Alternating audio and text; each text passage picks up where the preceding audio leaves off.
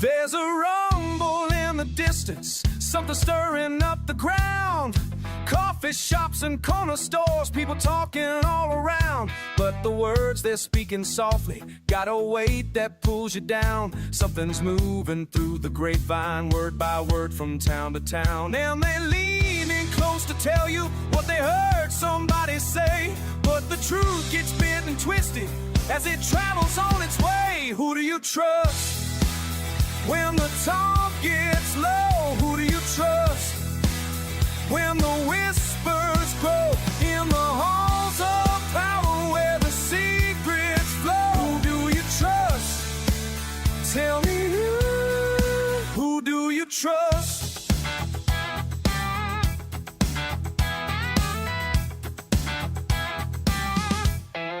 Backroom deals and handshake promises sliding underneath the door. Politicians playing poker with the chips are rich and poor.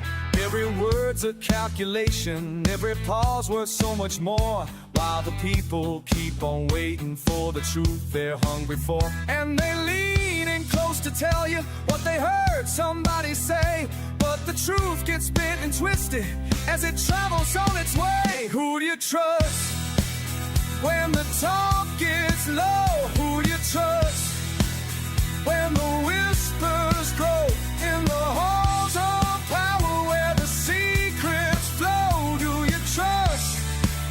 Tell me who do you trust?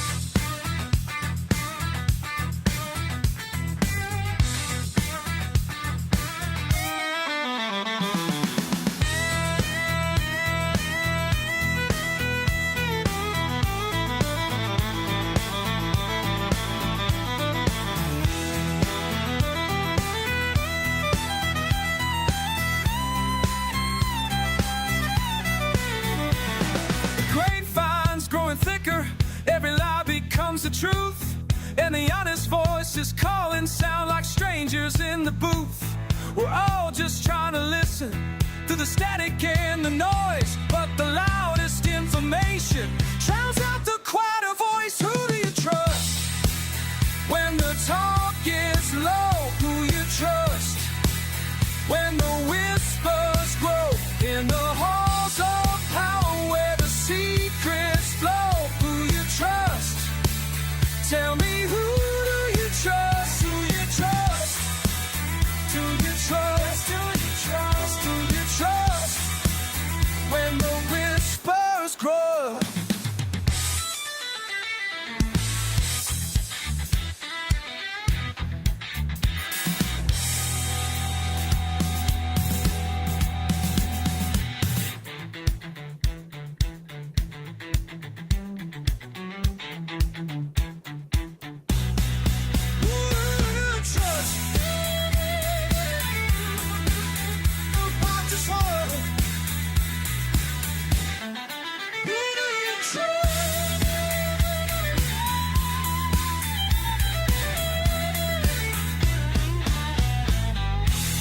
Good evening, everybody.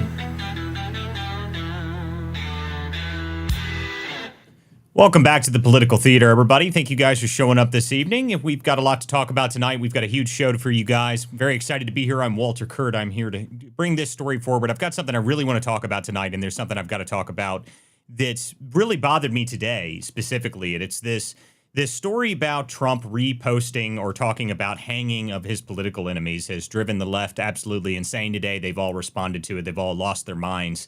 It's the end of all days. It's the apocalypse. It's the end of all everything, according to the left. Before we get into anything, you guys, make sure you guys share this link out. Make sure you guys people know that we are live if you're listening to us on Rumble, Substack, wherever you guys may be tuning in this evening. Thank you guys for showing up. Okay, so to get into this, before we even start the rest of the show, I really want to talk about this problem because the left does not understand what's going on right now. And actually, there's some people on the right that don't understand it either, because the reaction I've seen to this is not being honest, I guess. I don't know. Let me explain. I need to go through this because the political class in this country absolutely refuses to understand something. And in the panic you're seeing, especially from the Democrats and the media over Trump reposting or retruthing the story, but the treason and sedition and what the penalty should be. And it's because there's a large percentage of people in D.C. and the left and the political class that genuinely don't understand why millions of Americans wouldn't actually recoil from that story at all, why they wouldn't back off of it, why they wouldn't say it resonates. And it's because they think that Trump's supporters, at the end of the day, they think that his supporters are bloodthirsty, dumb, or, cultish, or whatever it is the insult of the day is. But the truth is that they're terrified to realize something, and it's that they're missing the reason that the anger exists in the first place. Because before you judge the reaction, you better understand the cause, and the cause goes back decades, really. The cause goes back, it's the same thing that actually put Trump in office in 2016. It's the cause that put, same thing that made his base the most loyal political force in modern American history, really. So I need to go through this and make sure it's clear for everybody tonight. Trump's base in this country really is the white working class. Okay, that's the white working men of the Midwest, the factory workers, the machine operators, welders, truckers. Those are the people that, the people that built this country, built America, and then have watched America get sold out from underneath them. And that's what people in Washington can't seem to wrap their heads around. They don't understand that Trump didn't create the anger that exists. That anger that exists created Trump. It's actually the opposite way around. And for 30 years, this country watched its industrial heartland completely bleed out, and I mean not metaphorically, literally bleed out. And I've actually got some numbers for that, so I want to go through that real quick here. So the people that don't understand this isn't just a feeling, okay? So from 1990 to 2019, the Midwest alone lost about 1.1 million manufacturing jobs. That's a 21% collapse. And nationally, the number is even more staggering. 5 million manufacturing jobs were gone between 2000 and 2010 alone. And there's something that people never pay attention to and they never realize when they talk about politics and talk about these loss of jobs. It's when a factory goes away, it's not just the manufacturing jobs that disappear with it. Factories aren't just buildings. They're entire ecosystems. Satellite shops, machine repair companies, part suppliers, logistic companies, mom and pop stores and diners, all of that stuff dies when the factory goes under. So an entire way of life gets wiped out when this happens. And the reality is that nobody in Washington cared. There was no white papers about it. There was nobody showing up with emergency funding, nobody calling it a crisis, because it wasn't happening in Georgetown. It wasn't happening in Manhattan. It was happening in Youngstown, Ohio. It was happening in Flint, Michigan, and Beloit, and Springfield, Ohio, the town that I live in. Places that most of the people in elites and the Washington, D.C. types don't even know where it is on a map. So I'm going to give you an example, one example of this from where I live, Springfield, Ohio. When I first moved to Springfield, Ohio in 2011, there was a building downtown that I was fascinated by. It was very interesting to see when I first showed up because you can see it from the main road that runs through the center of the city. And on the side of this building, it said, "Catch the Springfield spirit" in giant white letters, and they were faded out, but you could still make it out. You could still make the sign out. The sign's gone today. It's faded away at this point. But when I first saw that for the first time, I was fascinated by it. I said, what was this place like when that was painted? What was this town like when that was when it was in its heyday? And the town clearly used to have money. For God's sake, there's a Frank Lloyd Wright house here in this town of all places. So it used to have big money. There's a whole street that's called Millionaire Row. But by the time I moved here, the city was dead. In fact, it was rated the most depressed city in America in 2015. Now, why is that? Well, back in the day, the International Harvester trucking plant that existed here employed more than 30,000 people. 30,000. And the town of this population, by the way, is now 60,000. So half of the city used to work in that one single plant. There was a bunch of other ones. That same plant today has 1,500. Okay? And it's far from unique. Flint, Michigan had 80,000 workers in the 1970s. Now it has less than 10,000. So, what happens when you take all those jobs out of cities? What do you think happens? Crime goes up, poverty explodes, people flee, businesses close, and then the drugs come in. And there's data on that too. In the rural Midwest, opioid deaths became 16 times higher in 2016 than they were since 1999. Entire towns and real communities got wiped out in a crisis that nobody in Washington even bothered to talk about until it hit suburban white kids almost 20 years later. So imagine being somebody from one of these towns, okay? Your dad worked in the mill, your brother worked in the factory, your uncles worked in the union jobs that could support a house, a family, with dignity, and then one day, all of that's gone. Okay, and who did that? The politicians who signed the trade deals, the corporations who offshored the jobs, the regulators who strangled all the small business. None of those people were ever discussed. Nothing was ever punished. There was the comeback from that. Not a single person went to prison for hollowing out the American middle class and destroying an entire region of the country. The Midwest used to be one of the wealthiest places in the entire country, and now it is one of the poorest. So when Trump came along in 2016 and actually had a message for these people, he said, these people sold you out. They betrayed you. They shipped your jobs to China, and they got rich while you got poor, and I'm going to fight for you. That was the first time in 30 years, that somebody in the national politics even acknowledged what was going on out in the Midwest, let alone saying he'd fight for them. So that is why people are loyal to Trump. It is not that they're cultists. It's not that they're stupid. It's not because it's because this was the first guy in their lifetime that gave a damn. And even worse, after Trump was elected in the first time, this is another example from where I live, okay? The city, Springfield, started to recover. I saw it. There was factories opening up. There was new places being built.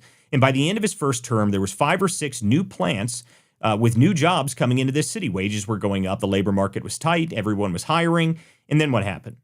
Joe Biden happened. 2020 happened. In the totally honest, free, and fair election of 2020, you know what happened to all those factory jobs that were built underneath Trump, the new ones, the brand new ones that were built underneath Trump 1.0? They shipped in 30,000 Haitians, immigrants, and staffed all of those factories. That's what happened. So the Americans never got to see the payoff from bringing back manufacturing. They gave those jobs to foreigners, and people were furious. People are furious in this area. They're more angry now than I've ever seen. So the Haitian population exploded in our city. The healthcare system got completely wiped out, and the cultural impact has just been absolutely off the chart. I mean, people are now more furious now than I've ever seen since I moved here. And Washington has absolutely no idea that it's happening. They've got no clue. So when you see the Democrats panicking because Trump retruthed somebody saying that treason should be punished harshly, they think the outrage is about the words, but the outrage is not about the words. It's about the principle. It's because they've lived through 3 decades of political elites committing the real crime, destroying their communities, and never facing any consequences whatsoever for it. So you want to understand why Trump's base is willing to say, hang them. It's because in their eyes, the political class already hung them. They hung the Midwest out to dry. They hung entire communities on the altar of globalism. They hung the American working class for the sake of cheap labor, cheap goods, and corporate profits. That's what happened. And then, when those people got screwed, finally spoke up, the media then called them extremists, called them racists, and as a result of that, they're furious. So why do you think people are mad? So let me tell you something. When one side plays by the rules and the other side cheats, and then the cheaters are never punished, people stop believing in the system. They stop believing accountability exists. They stop believing in the system at all. They stop believing justice is real. And they start looking for a man, any man, who is willing to walk into a room, flip the table, and say, enough, it ends. It ends now. And that's why Trump's base is so loyal. That's why they'll follow him no matter what happens, and that's what they don't understand. I mean, because he's not a politician. To the Midwest, he's not just a politician. He's the first person in their lifetime that said he's willing to go to the mat with them. He's willing to tell the truth about what happened, and he's willing to actually point the finger at the right villains. And it's not the Russians. It's not Facebook ads. It's not disinformation or some other such nonsense. But it's the people who actually did it. It's the career politicians in D.C. that have ignored everything that has happened. It is the corporate sellouts, the bureaucrats, the entrenched elites, the people who offshored their futures and then called it progress. So when Trump goes hard and when he says about treason and sedition and punishment, the base doesn't hear violence. That's not what they're hearing. They're not hearing, they're calling for violence in the streets. That's what the Democrats are reading it as. They see, finally, someone who is willing to point them out and not let them get away with it. That's what they're saying. That's what they're finally pointing out. And until the political class in this country really understands that Donald understands that, they're never going to understand Trump, and they're never going to understand the America that elected him. And it's why no matter what they do, the base isn't going to go anywhere, because at least he is willing to say what they are thinking. And Washington really better realize that there is a true and visceral anger in this country. And it's not directed at Trump, okay? It's not directed at Trump. It's directed at the politicians who sold them out, and these politicians who tried to destroy the first guy that was willing to fight for them and to go to the mat for them. And they want those people who tried to destroy him, they want them to go to prison, and they want hangings. But, go ahead and be the left. Try to ignore them. See how it works out for you, because you're going to be extremely disappointed in the end because Trump's base isn't going anywhere. And that's the truth. Okay, guys, now let's get into our headlines. Apparently, the space crashed in the middle of that, so I need to make sure I bring the space back up, and then we'll continue with the show. I've got a lot of stories for us to get into this evening. Thank you guys for being here this evening. If you guys are on Rumble, Substack, and I can see a bunch of people in the chat, a lot of stuff in here. Thank you guys for being here. So I'll bring the space back up, and we'll get back into it in just a second here. So sorry about the space crashing. Not sure why spaces always crash, so I'll get it back up and running here now. Hold on just a second.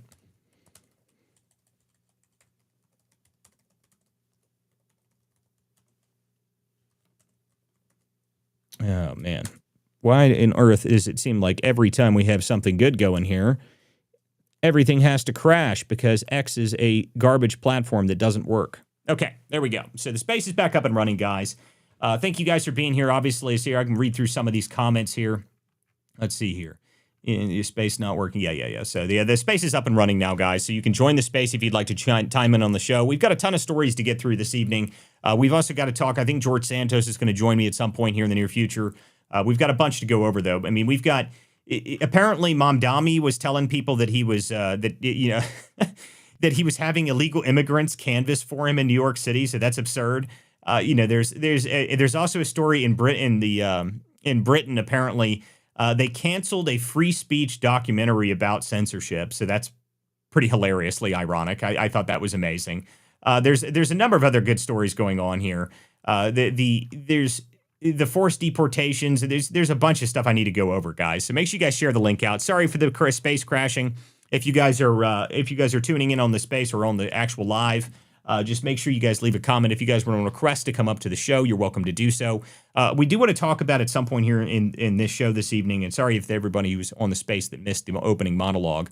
If you guys are having any issues in the space, you may have to just let me know if you're not getting any audio, because people had to leave before, so I'm not sure what the problem was.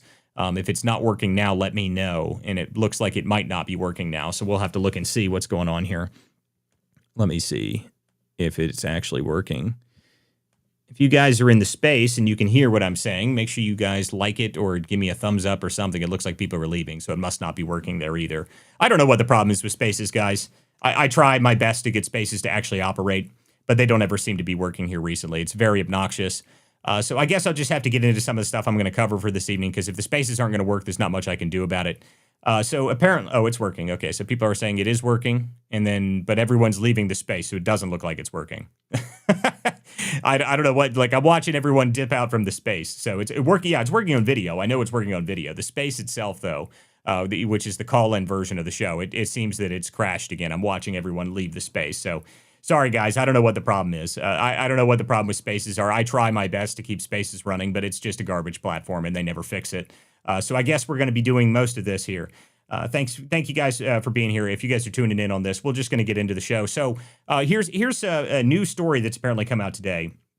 Apparently the Bushes are making their return to politics, or they want to make their return to politics, which I find absolutely hilarious. I mean, that's got to be the funniest thing I've heard so far. But so apparently, I'll put this story up on the screen here. This is the Bush group families plotting their comeback to retake the GOP from Trump. That's just hysterical. Okay, so that's just absolutely hysterical. No one is going to go back with the Bushes. Okay, that's just not going to happen. That's not happening at all. There's no way that that's going to happen. And by the way, I have a live response from this. Apparently, this is exactly what happened. This is the response from Jeb Bush. He was excited when he heard that the Bushes are coming back to politics. The interests of this country to get back in the business of creating a more peaceful world. Please clap. Please clap. Jeb Bush is ready to go, guys. He's ready to make his return to politics. I don't think it's going to work out for him, but you got to love it. You got to love it. I mean, does anybody really think that Bush is going to make us, like, the Bushes are going to be in any way able to return to politics? This is what my point is in the opening monologue. And if you guys missed it, the opening monologue is explaining that people don't understand why people are so mad. Like, they don't understand. They're not going back from Trump, okay? Like, the GOP, if they don't move on with populism, if they don't get a move on and actually take some of this stuff and take it into their agenda, it is dead. Okay? Like, no one is going to vote for these people. They're the most unpopular people in the country by a wide margin. Like, I mean, nobody likes this. Like, nobody likes the established GOP. Like, do you know anybody? I mean, really, in your personal life, do you know anybody that talks highly of like people like Mitch McConnell? Like, honestly, what is the national polling on someone like Mitch McConnell or Mitt Romney or Liz Cheney? I mean, what is the actual, like, actual, for real, what is the actual approval rating on those people? Is it like 1% and it's only the people that work in DC and have known them for 20 years? Is that it? I mean, it has to be. It has to be about that. I mean, it is that bad. I mean, it is that bad. I mean, I don't know what people are thinking in the GOP, that they're going to bring Bush back out. Oh yeah, everyone's going to vote for him. No way. No one likes these people. I don't understand where they think they have any popularity at all. It's just not going to work. It's not going to work. It's just not going to happen. I love a little bit. I love seeing this, though, thinking that this is going to come back. Yes, guys, if you're trying to get into the space, I've tried to bring it up twice now. I might try and bring it up again after a minute or two here, but for some reason, it's just not loading. I don't know what the problem is. I'll see if I can get it up and running again, because I do want people to be able to join the show so they can talk. So let me see if I can get it up and running again. I'll try one more time. But no, it appears to be broken. So, I might actually have to end up installing some version of a call-in, which I do have the ability to do that, by the way, but I just haven't done it. So it hasn't worked for me yet. But let me see if I can get the space up and running again. We'll try one more time on the space. But thank you guys for showing up in the chats. I see all the different messages. Thank you guys for being here. And I'm going to see if I can get this running again. Hold on one sec here. Okay.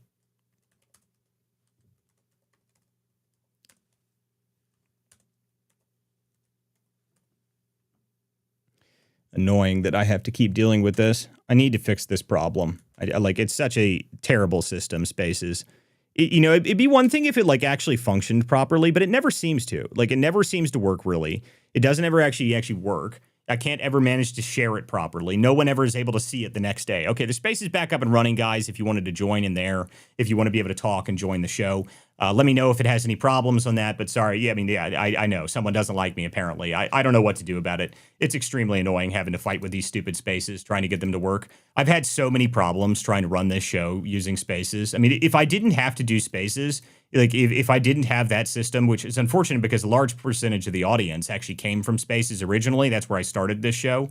So I try to make sure I run it, but it just doesn't seem to work. And I don't know what to do about it. So I'm going to delete some of these old ones here and see if I can actually get people to tune in.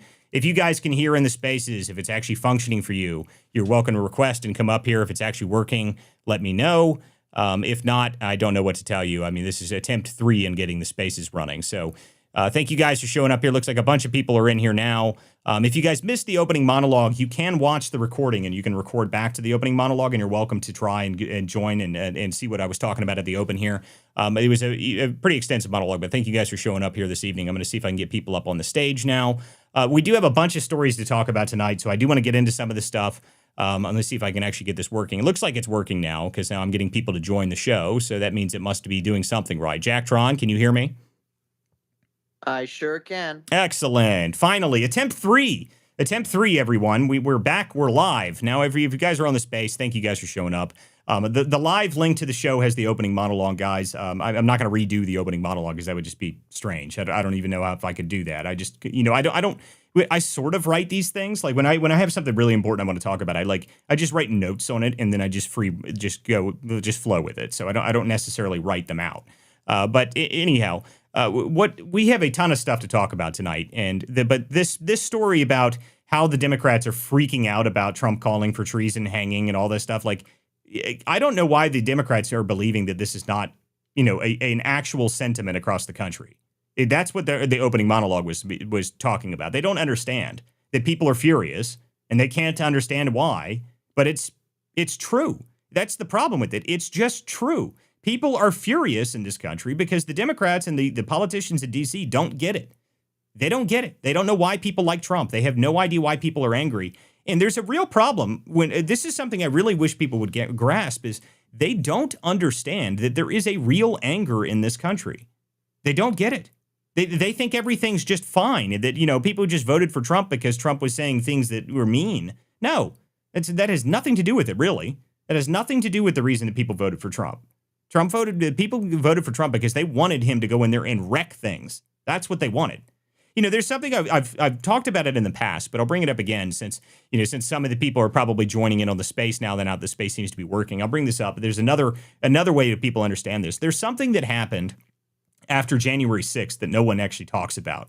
So the day January 6th happened, when you listen to the right-wing commentators, okay, the right-wing commentators, even the people that I respect, what did they all say after January 6th? When January 6th happened, they were like, oh my God, this is the worst thing that ever happened. Horrible. The worst thing ever day, the worst day that's ever existed. This is awful for the country. This is so bad. This is terrible. And I was annoyed when I heard that because that meant to me that there was a large percentage of people that have no idea what was going on that day. Okay? Because I was working that day, and I worked in the automotive industry, and I was talking to people all day that day. You know what people's response, what the real response of the actual standard American across the Midwest was saying that day? Do you think they were going, oh man, this is so horrible? Oh God, no. Why are you doing this so bad? That's not what they were saying, okay? You know what the response was? Burn it to the ground. That's what the real response was, okay? Like, I wish I was joking, but I'm not. You know, the average person I spoke to that day, they said, I hope they destroy it. They hate this. They are so furious at the government that people don't understand that. Like, there is that kind of anger that exists in this country. They don't get it.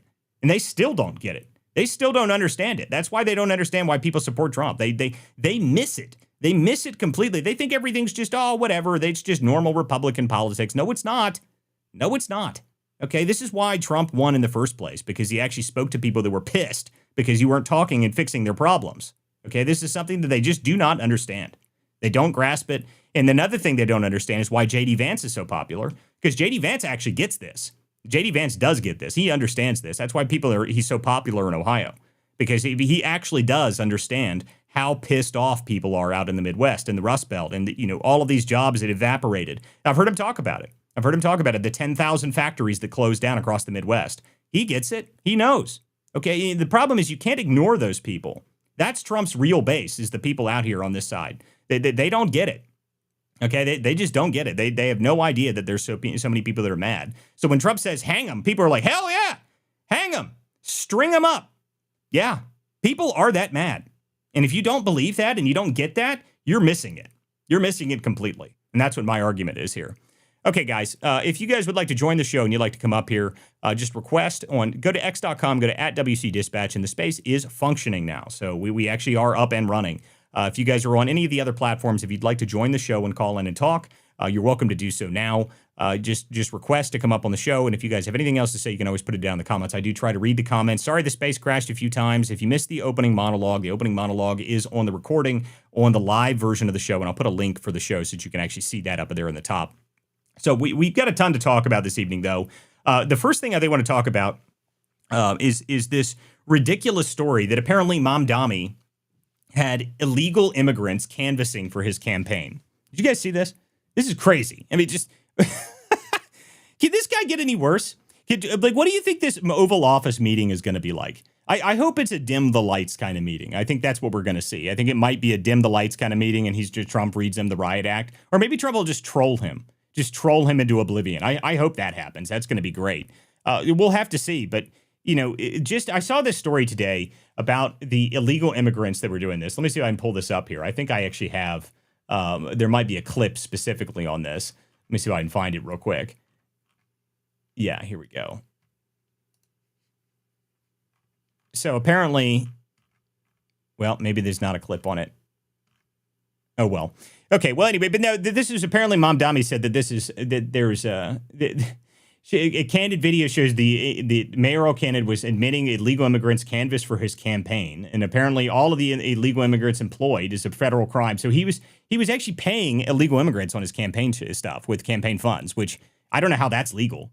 I have no idea how that's legal, but apparently that happened. So I want to know what happens with these people when they continue to break laws. I mean, he also took foreign money during his campaign, which was ridiculous. So that never got brought forward either. So I don't know how this is going to continue to go forward with Mamdani here. I mean, I have no idea what's going to happen as a result of this. The people of New York, the fact that he's even in the office in the first place is still devastating. I don't know how else to talk about that. But we'll have to see. Guys, if you're trying to join the show, I don't know if the space is still having problems. I know, Chief, you were just trying to come up here. If you're trying to join the show again, you can try and request again.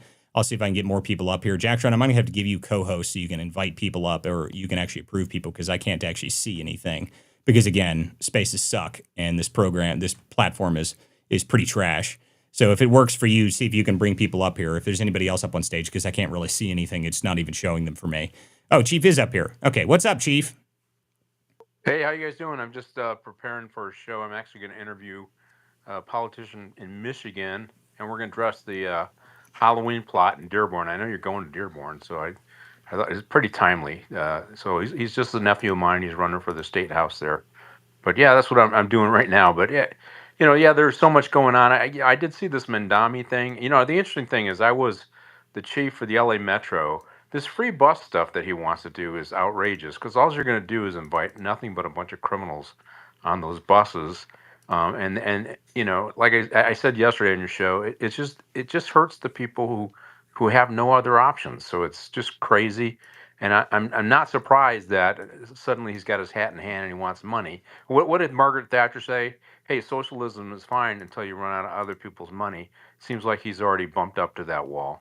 Yeah, well, I mean, I love that it was like less than 2 days before he started asking for money from people again. It was pretty damn funny. I mean, it didn't take very long at all. He already ran out of money, and now he needs more. And he's going to continue to ask for money. I mean, this guy's just going to grift the whole time. I guarantee it. He's going to grift the entire time, and he's going to act like he's not, but he's definitely going to.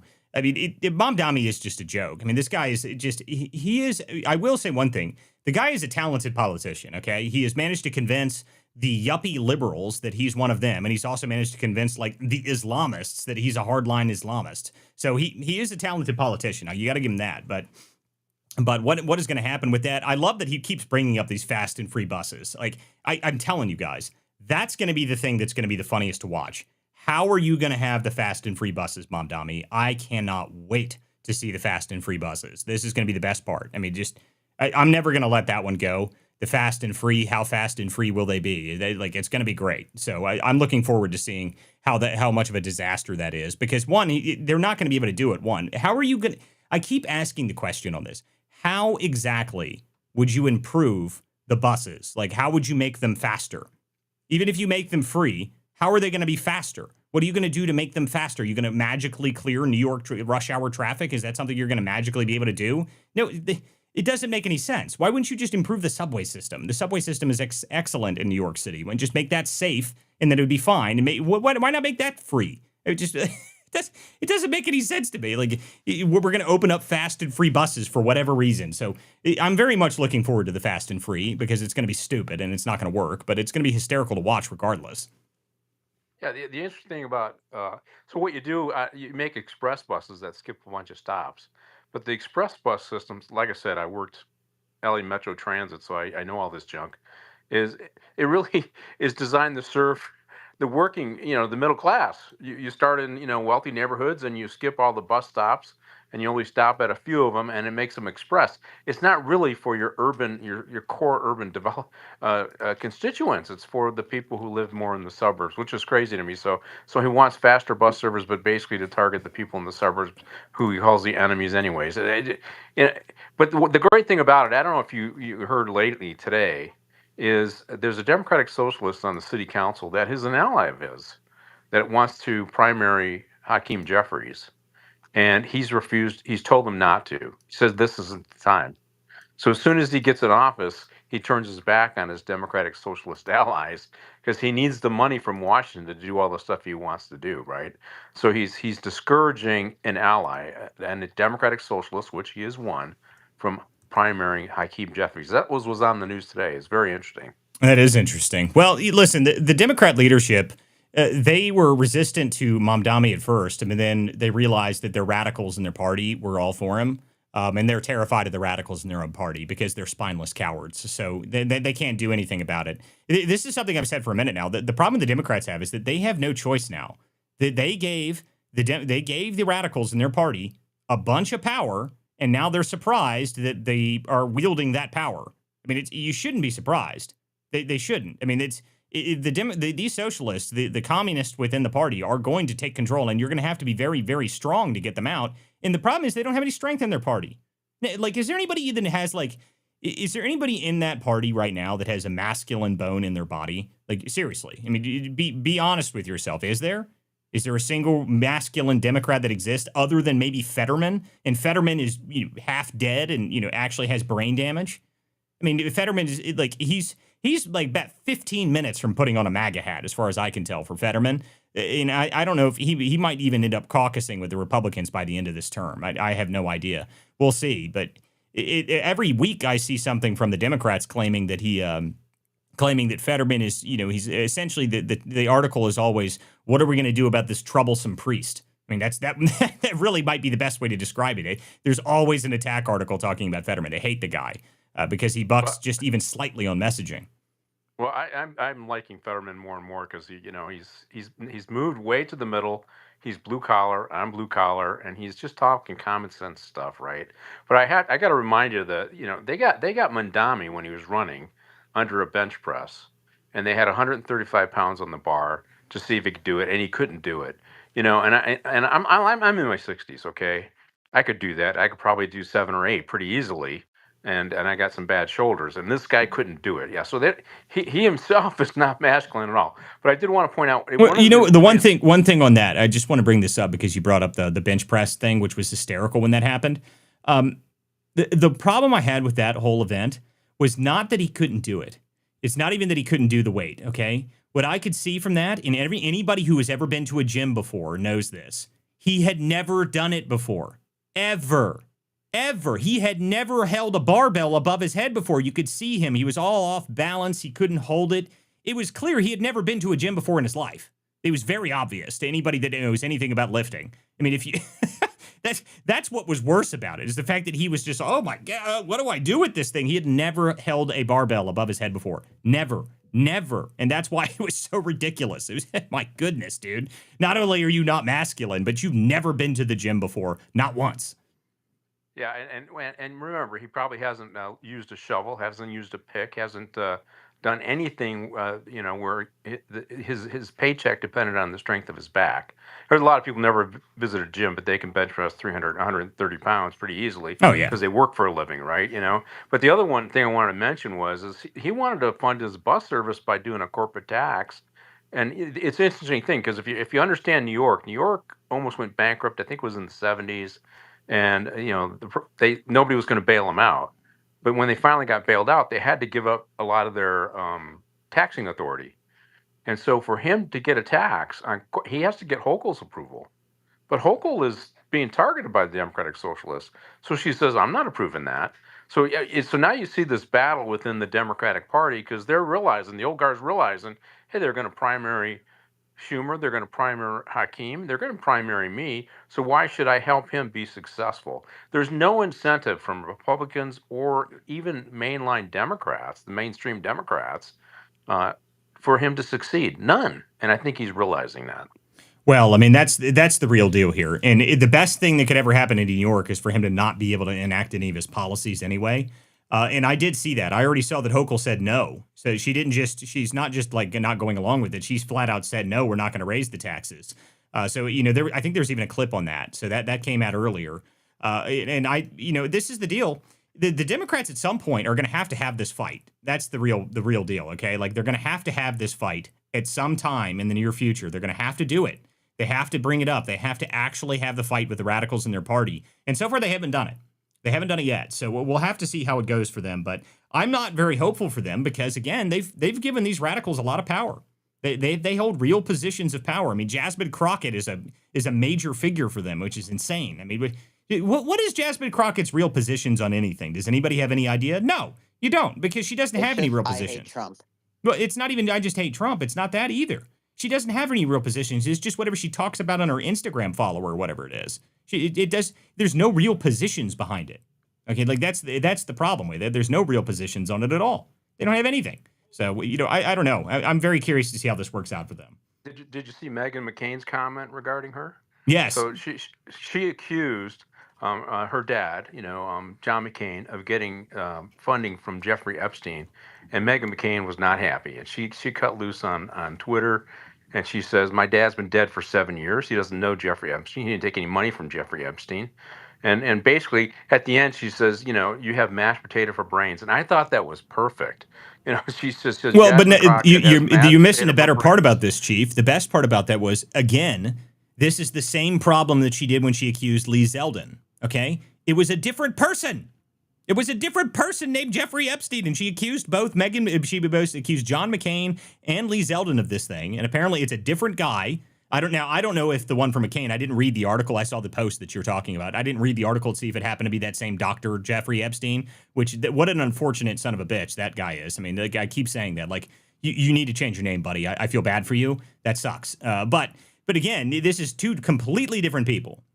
So she didn't even check. And the better part about that was, and I played this clip yesterday, was that she came out there and said specifically, she was like, well, I said a Jeffrey Epstein. I didn't say the Jeffrey Epstein. We just Googled it. It's like, oh, come on. You're so disingenuous. Just so disingenuous. This is so absurd. Like, okay, sure, Jasmine. That's what you meant. You didn't mean the Jeffrey Epstein. You just meant a Jeffrey Epstein. You said it live for everybody to see because you thought it was a different person. No, you didn't. You had no idea. You just said it because you knew it would be, you could try and use it politically. It is the, oh man, I hate these people. They're so fake. It's so disingenuous. I It's so just love fake. it. So Katie Porter pours steaming mashed potatoes on her ex-husband, and then we got Jasmine Crocker's got mashed potato for brains. That's right. I think they got a spud. They got a spud problem in the Democratic Party. I think maybe they're going to try and take over Idaho or something. I don't know. Maybe that's their next target. Oh my goodness, man. Oh my goodness. It really is something, isn't it? It really is something. The Democrats don't seem to care at all what they say. They just get away with it. I mean, it really is crazy to me that they get away with all this stuff. I don't know what their plans are, what they intend to do with any of this stuff. It doesn't make any sense to me. They don't seem to care. They just go with whatever they want. Walter. Yeah. I don't think it is crazy at all that they think they can get away with any of this stuff, because they have been getting away with stuff. We've had this media that never calls them out on anything, and we've had a Justice Department that just looks the other way whenever they do something illegal. Yeah. Well, that's the biggest problem, really. And by the way, I put that poll out yesterday. The poll, if you guys missed it at the end of the show yesterday, I put up a poll about which agency needed the most reform. Pretty good sample on it. There's an hour left in the poll, but 1,200, almost 1,300 votes, and the DOJ and FBI won by 80%. So people definitely think that the FBI. Now, the interesting thing on that poll was that DNI CIA also got 12% of that vote, which I kind of thought was interesting because, here's the reason I thought that was interesting, is because they don't actually say much. Like, they don't ever really say anything at all. You don't hear much out of those agencies, and that's still won 12%, which I thought was pretty interesting. I just put that on there because I wanted to put a set of, just agencies that everybody knows. People know that these agencies exist, so that's why I wanted to put them on there. And I was very interested that DNI and CIA got 12%. But yeah, no, FBI and DOJ, 82% of the vote on a 1,300 vote sample. So that's pretty bad. I mean, obviously it's pretty bad. So, I don't know.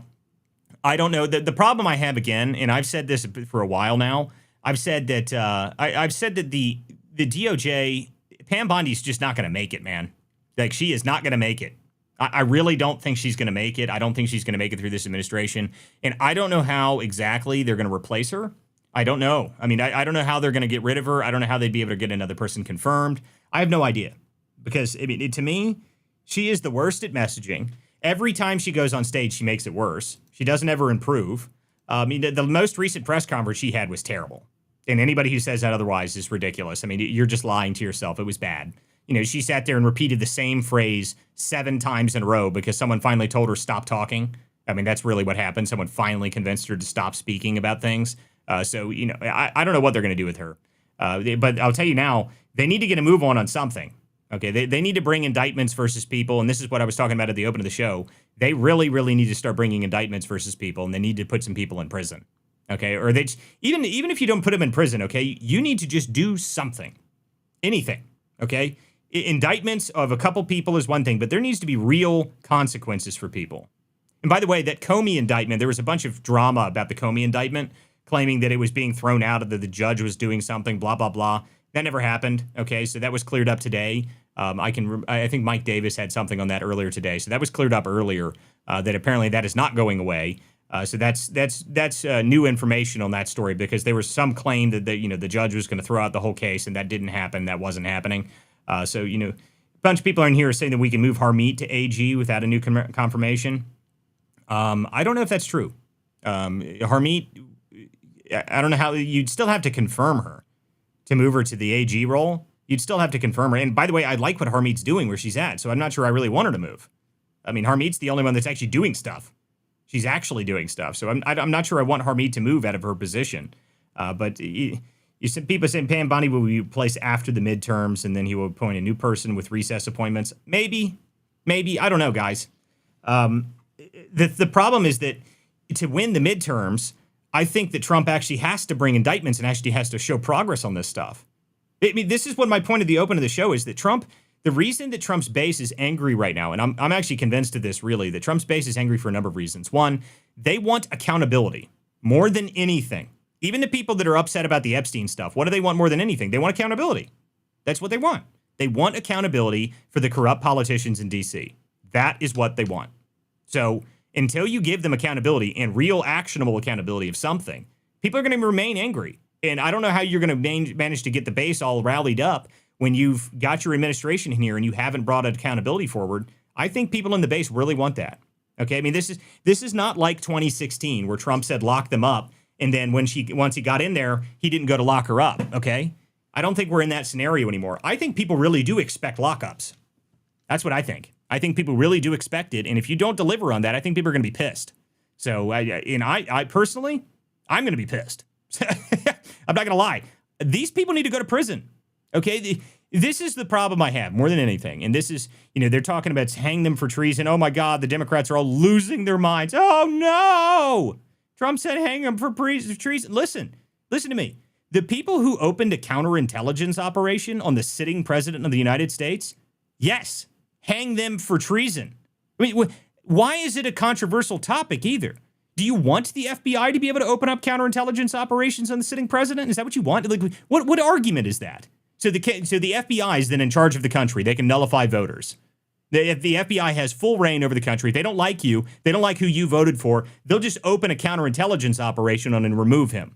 That's what your argument is. If you don't want accountability for these people, if you don't want those people to go to prison, that's what you're arguing. So just keep that in mind. So my argument on this is very simple. There must be accountability. Nothing happened to the people who did that, and we know who they are. That's the other part of it. The problem I have is that we know who these people are. We know their names. We know them. We know what they did. We know how they did it. And they're still walking around free, and nothing has happened to most of them. I mean, half the people that did the Crossfire Hurricane stuff got $1 million settlements out of the DOJ underneath Biden. So you wonder why people are pissed. That guy should be in prison. Why is he not in prison? Why are any of those people not in prison? All of those people should be in prison. I guess maybe the controversy around getting them in prison is that maybe you don't know what laws they broke.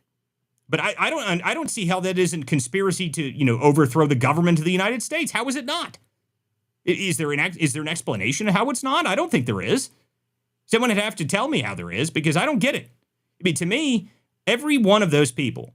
I mean, you tried to overthrow a sitting president. That's what you did. Too many corrupt judges. I agree. There maybe is corrupt judges, but my thing is, guys, just because there's corrupt judges doesn't mean you can't do something, okay? Do something to ruin these guys' lives. I mean, at least attempt, okay? This is the same problem I have with the people who say that, we can't impeach judges. Well, we'll never get it passed. We'll never impeach them. Who cares? Impeach them anyway. Make sure that their names are known to everybody. That would be the one thing I would say about impeaching judges. Make it a spectacle. Every single one of them that do this, make it a giant spectacle. Make sure that they're all aware that who these people are, what the judges' names are. Make it a spectacle. Go after them.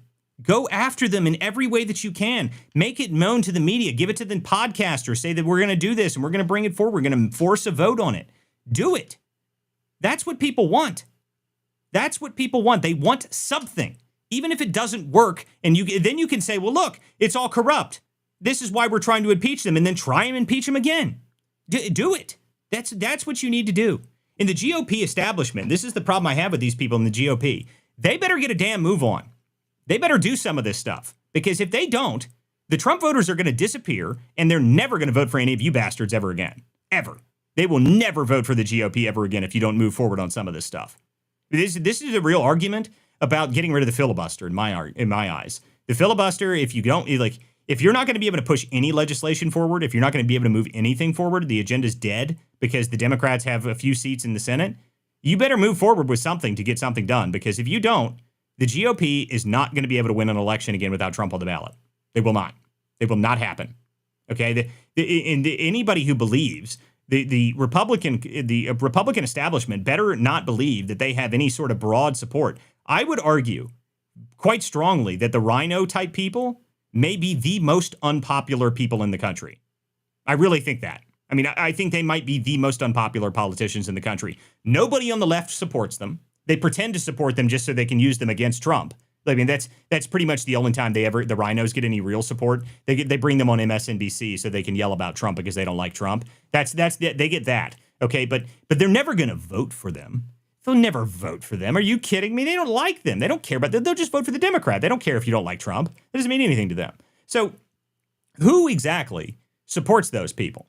Anybody? Anybody have, what's their constituency? Is it like 6 people? No one wants these people around. So if you don't move and actually get something done, impeach a judge, James Boasberg, impeach him. Okay, we just had Ted Cruz come out there the other day, said he wants him impeached. Why isn't it happening then? Where is it? Where's the vote? Force the vote. It doesn't matter if it doesn't pass. Then you get to say, look, the Democrats are blocking everything. They don't care. They want this lawlessness. But force the vote. Do it. It's amazing to me that we're sitting around not doing anything. I mean, this is why people are mad. Okay, there's the argument that you're listening to on the right is that, oh, well, people don't like what's going on with Israel and all this stuff. I'm telling you right now, I don't think any of that shit is even remotely close to what people are actually upset about. I don't think so. Okay, I don't even think it's even a top line issue at all. I think people want Trump to deliver on an accountability message. What was Trump's one of his key things that I know a lot of his supporters liked about Trump in this past term, in this past campaign? I am your retribution. That's what he said. You know how many people I remember hearing say that? I am your retribution. I am your vengeance. People meant it. People want that. That's what needs to happen. There needs to be something that moves forward. And if the Republican establishment isn't going to move forward on it, and they're not going to let any of that happen, they're going to just ignore the agenda. They're just going to say, it doesn't matter. It's irrelevant. Who cares? Whatever. They're going to lose. They're going to lose everything. The moment Trump's not on that ballot anymore, they aren't going to support a single Republican again, and the Republican GOP is going to collapse directly after this. And the midterms, if the midterms fail, that'll be why. Because you didn't move the agenda forward. You didn't get anything done. You think that the party that elected Trump, the electorate that put Trump in office, do you think that they voted for Trump so you could get more CRs? Is that what you think? We wanted big, beautiful bill. That was all we wanted. Now, I understand why we had to pass the big, beautiful bill right away, just so Trump could get funding for the certain things that he needed in his agenda. But if that's all you get done, do you think people are going to be happy about that? No. No, they're not going to be happy about that. They don't want CRs. Balance the budget, damn it. What's the matter with you people? We don't want CRs. We don't want these giant omnibus bills. Put single-issue bills forward and force the Democrats to vote on them. Why aren't you doing that? There's a number of things that could be done at the congressional level to help Trump along in this process and to give him the political support that he needs. If they were impeaching judges every single day, I mean, if there was a forced vote on an impeachment every day, then people would be like, okay, look, we're trying to do something. If there was if they said, okay, you won't move us on any of our legislation, we're going to nuke the filibuster unless you do. Force it. Force it to happen. Actually play hardball. Because the Democrats will play hardball. That's what's amazing. Do you think they won't? Is that what the argument is? Will they not play hardball? Is that what we think? Does anyone believe that, even remotely? They'll get rid of that filibuster the day one. Day one they get back in power, that's what they'll do. I don't even doubt it. Now, there's people who say, well, they won't do that. Yes, they will. They already tried. It doesn't make any sense to me, people. It doesn't make any sense to me at all. I mean, watching the GOP flail about and act as if they're somehow popular even remotely is a joke. It's a complete joke. Okay, we got a new speaker up here. What's up, Darmama? Oh, hi. You're just on fire tonight, Walter. Well, you usually are. You always are. But you pretty much nailed it. What everything you just said in the last 10 minutes, you know. But as far as the GOP not fighting, I'm with you. Do it. Bring it to the floor of the House to have the DOJ, these corrupt judges just rule on this stuff. It's the coming from the DOJ. Bring the lawsuits or whatever it is. Let the corrupt judges turn it down. I'm with you that you have to fight. And I remember when Obama was president after the and you remember Mitch McConnell. Oh my Lord! Like especially in his second term, I can't even tell you how many times something would come up that. And Mitch McConnell, that would never get to the floor to vote. And he'd say, well, we just don't have the vote, so we're not taking it to the floor. And it's like, no, no. And I feel like we're witnessing this all over again, just because of what, you're right, what people are sick of, man.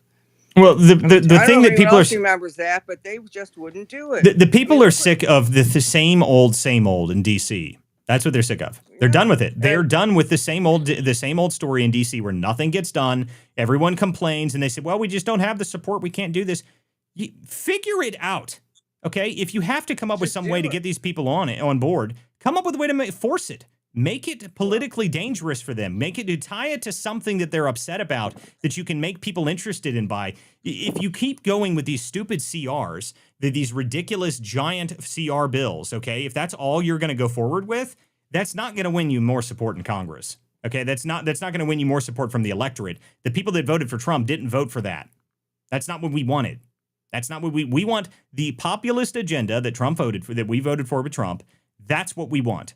We want secure elections. We want mass deportations. We want a fixing of the economic system that has offshored everything and shipped all of our money to China. Okay? I want all of that stuff fixed, and it's good that Trump is doing it. It is. But the problem is, if you don't have the support of Congress, what are you supposed to do? Okay, at the end of the day, all of this stuff, every bit of what Trump is doing right now, if they don't get into legislation, none of it really matters. Because if they get in again, if they get back into power, they can undo every minute of it. Every bit of progress we've done, we can go back to Biden. The peak badness of Biden can come back in 25 minutes if they get back into power. That's why we need legislation. That's why you need to pass things. You have to do it. Can I ask you a quick question, Walter? And then you can. I'll be happy to drop down to listening.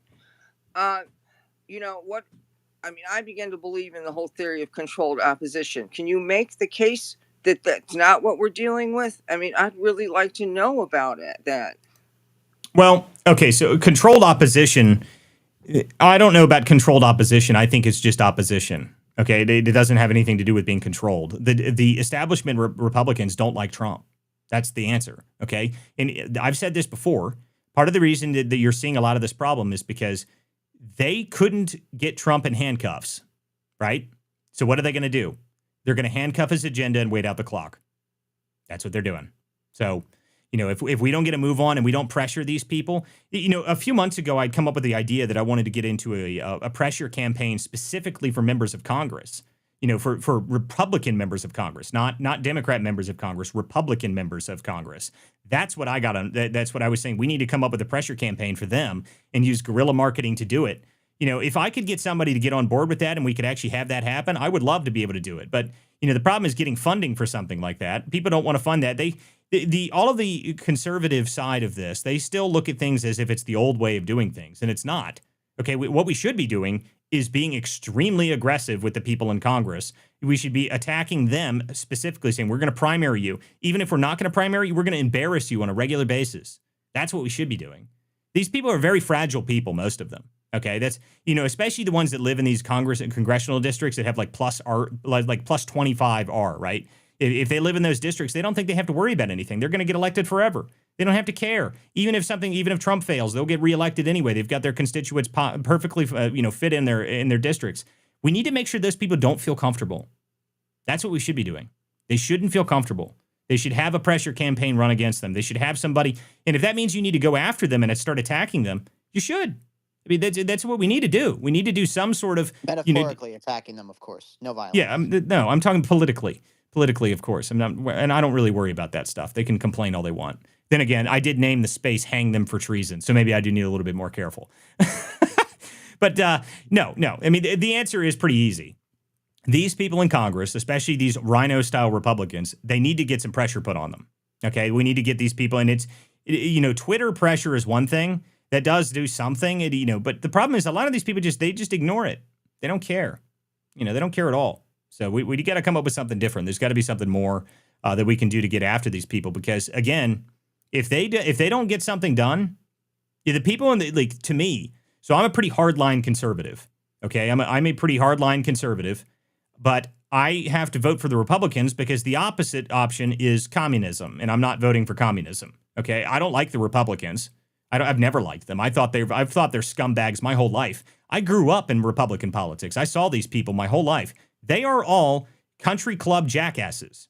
That's like the best way to describe them. That's the majority of the Republican Party establishment. Country club assholes that are useless, that think that they're better than people. That's what most of them are. And they're very obnoxious. But the deal is that what is your other option? Your other option is, Mamdani and AOC. So I'm not choosing that. You got to pick your battles here, people. I mean, it's not really much of a choice, unfortunately. But at the same time, if we can't get on board, if we can't fix the Democrat Party, we can try and fix the Republican Party. And Trump has given us that opportunity, okay? The base within the Republican Party now is a different group of people. And this is why I knew Trump was going to win back in 2015. I knew he was going to win then. Because I went to his first rally out here in Ohio, and it was a little hangar south of town in Clark County. And I went to that rally, and the first day that I went in, I walk into this rally, and I've been going to Republican events since I was 4 years old, people. I've been at Republican politics my whole life. I've seen it, okay? None of the people in this room that were standing there for Trump's rally here were like those old school Republicans, okay? Most of them were working class guys in their uniforms, wearing their work boots, and they had showed up to see what Trump had to say. That's the majority of the people in this rally. And there was thousands of people there, okay? So they showed up to see what Trump had to say, and they were quiet for about the first 15 minutes. And then they all stood up, and I realized right then, nope, he's going to win. 100%. All of these people knew that they were going to vote for him after that rally. Every single one of them did. So I knew Trump was going to win then, but that's a different group of people than the Republican Party's had in it for my whole lifetime. These aren't normal Republicans. These people are used to all vote for the Democrats. They did. These are labor union, working class people all used to vote for the Democrats. Now they vote for Trump. So if you don't figure out how to message to those people and get those people in, you are going to lose. You're going to lose bad. I mean, they won't vote for any. If you don't manage to deliver on something for these people, they are not going to vote for you again. And you can see what happens. So go look what happened in Virginia, okay? In Virginia's the most recent gubernatorial election, I was doing a lot of work in Virginia. I was trying my best to try and get vote out for that. But what did they do? They didn't vote for Trump. They didn't message around Trump. They didn't talk about Trump. They didn't have Trump come down and even send any of his surrogates. They didn't campaign with Trump's messaging. They didn't get any of the vote out in southern or southwest Virginia. And what was the result? 40 to 50% turnout drop in southwest Virginia. That's why they lost. That's why they lost that bad. None of the Trump voters came out. None of them did. Almost none of them did. I mean, it was a disaster because of that. So if you think that you, as the Republican old school establishment, you think people are going to vote for you, you're nuts. Okay, they're not going to. It's not going to happen. These people, these principled conservatives, all they are is principled losers. That's all they are. So, if they want to continue to play this game, they're just going to continue to lose. So they need to figure it out. Guys, if you'd like to join the show, this is the Political Theater. I'm Walter Kerr. Thank you guys for showing up here. If you guys are on the space, you guys can request to come up here, and you can ask whatever you'd like, and you can bring up any story you'd like. You can come up and say something. If you're listening on Rumble, Substack, wherever you guys may be listening to the show, the stream itself is live on WCDispatch.com. You can always catch the show there. This is a weeknight show at 9 p.m. You guys are welcome to join the show. Thank you guys for being here. There's a number of other things we want to get into this evening, but obviously the primary topic today was about how the meltdown over Trump saying that they should be hung for treason, which, it'd be a lot cooler. And I thought it was pretty funny. I think you guys follow Aaron McIntyre. He quoted Caroline Leavitt saying, no, he didn't say that he wanted to do that. He didn't say he wanted to hang them for treason, and he just quoted it with the with what's that movie where it's Matthew McConaughey, and it'd be a lot cooler if you did. And I thought that was great. It would be. It would have been a lot cooler if you did. That's people don't realize that, that's what people want. They actually do want this kind of reaction from people. It's amazing that people don't see it, though. The left doesn't have any idea that this is true. They think it's all, they just think Trump supporters are all sycophant zealot cultists or something. They have no idea why people are mad. They don't get it. It really is shocking to me that they haven't figured this out yet. Okay, there's another story I want to talk about this evening. This is another controversial topic we can talk about. There was a video that came out a couple days ago. This is is apparently a mom beating her kid or something like that. Yeah, no, and you guys are right. Trump did not endorse Winsome Sears because the campaign itself didn't ask for the endorsement. They thought that it was a good thing for them to not go after Trump's endorsement.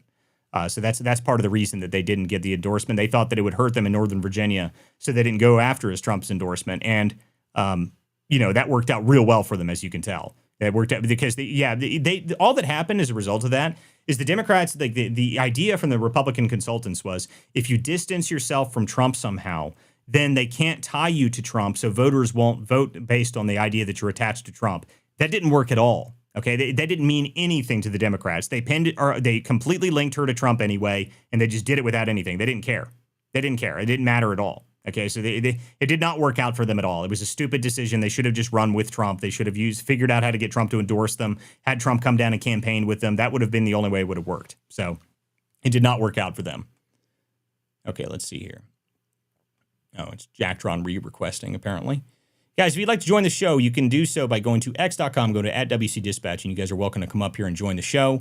There's a couple other stories I want to talk about. There's another story that's a reasonably controversial topic here I want to bring up. I don't know if you guys saw this story, or I guess it's just a video of a mom that is just like kicking the shit out of her kid. And apparently everyone's up in arms about this. And I find it very, humorous to me because people are just, oh my God, it's abuse. Like, no, it's not. Okay. I think it's so funny to watch this, but I'm going to play this video. I want people to talk about it. If you guys have comments on this, I'm very curious to hear what you have to say. But I want to play this video and you guys can tell me what you think about this. I thought this was pretty funny. No, you're not fucking sorry. Not Because if you were fucking sorry, you would do this stupid shit to begin with. You would make extra work on everybody else in this house because you won't clean up after yourself. Because you don't do what you're supposed to do. Do you understand me? Ow, ow, ow,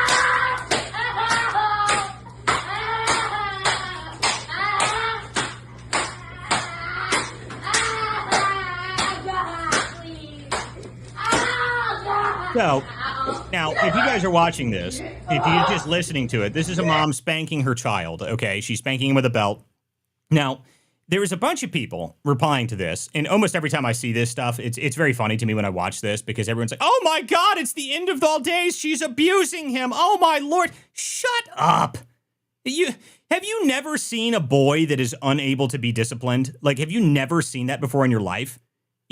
When I was that kid's age, and that kid looked like he was probably like 10 or 11, I was the most snot-nosed, obnoxious, terribly disrespectful kid to my parents ever. Okay, I was awful. I was terrible. I was the worst kid ever. It was awful. I feel so bad for my parents. I know how bad I was.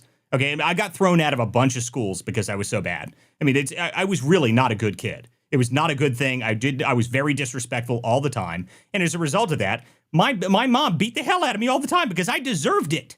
I deserved to get my ass beat because I did something wrong. Okay, that's the idea that we can't discipline children anymore at all. And this is, oh my God, this is abuse. How on earth is it so horrible? Oh my Lord, shut up. Okay, what are you talking about? If you've never seen a young boy that is completely unwilling to listen to any authority, this is the only way to deal with them. Okay? And by the way, that mom has about 2 years before that boy is too big and she can't do that anymore. So she better instill the fear of mom in them. Otherwise, that kid is not going to listen to her ever again. They're never going to listen to her ever. He will not. If she has only a short period of time before she better get them involved, make sure that kid is terrified of her because that...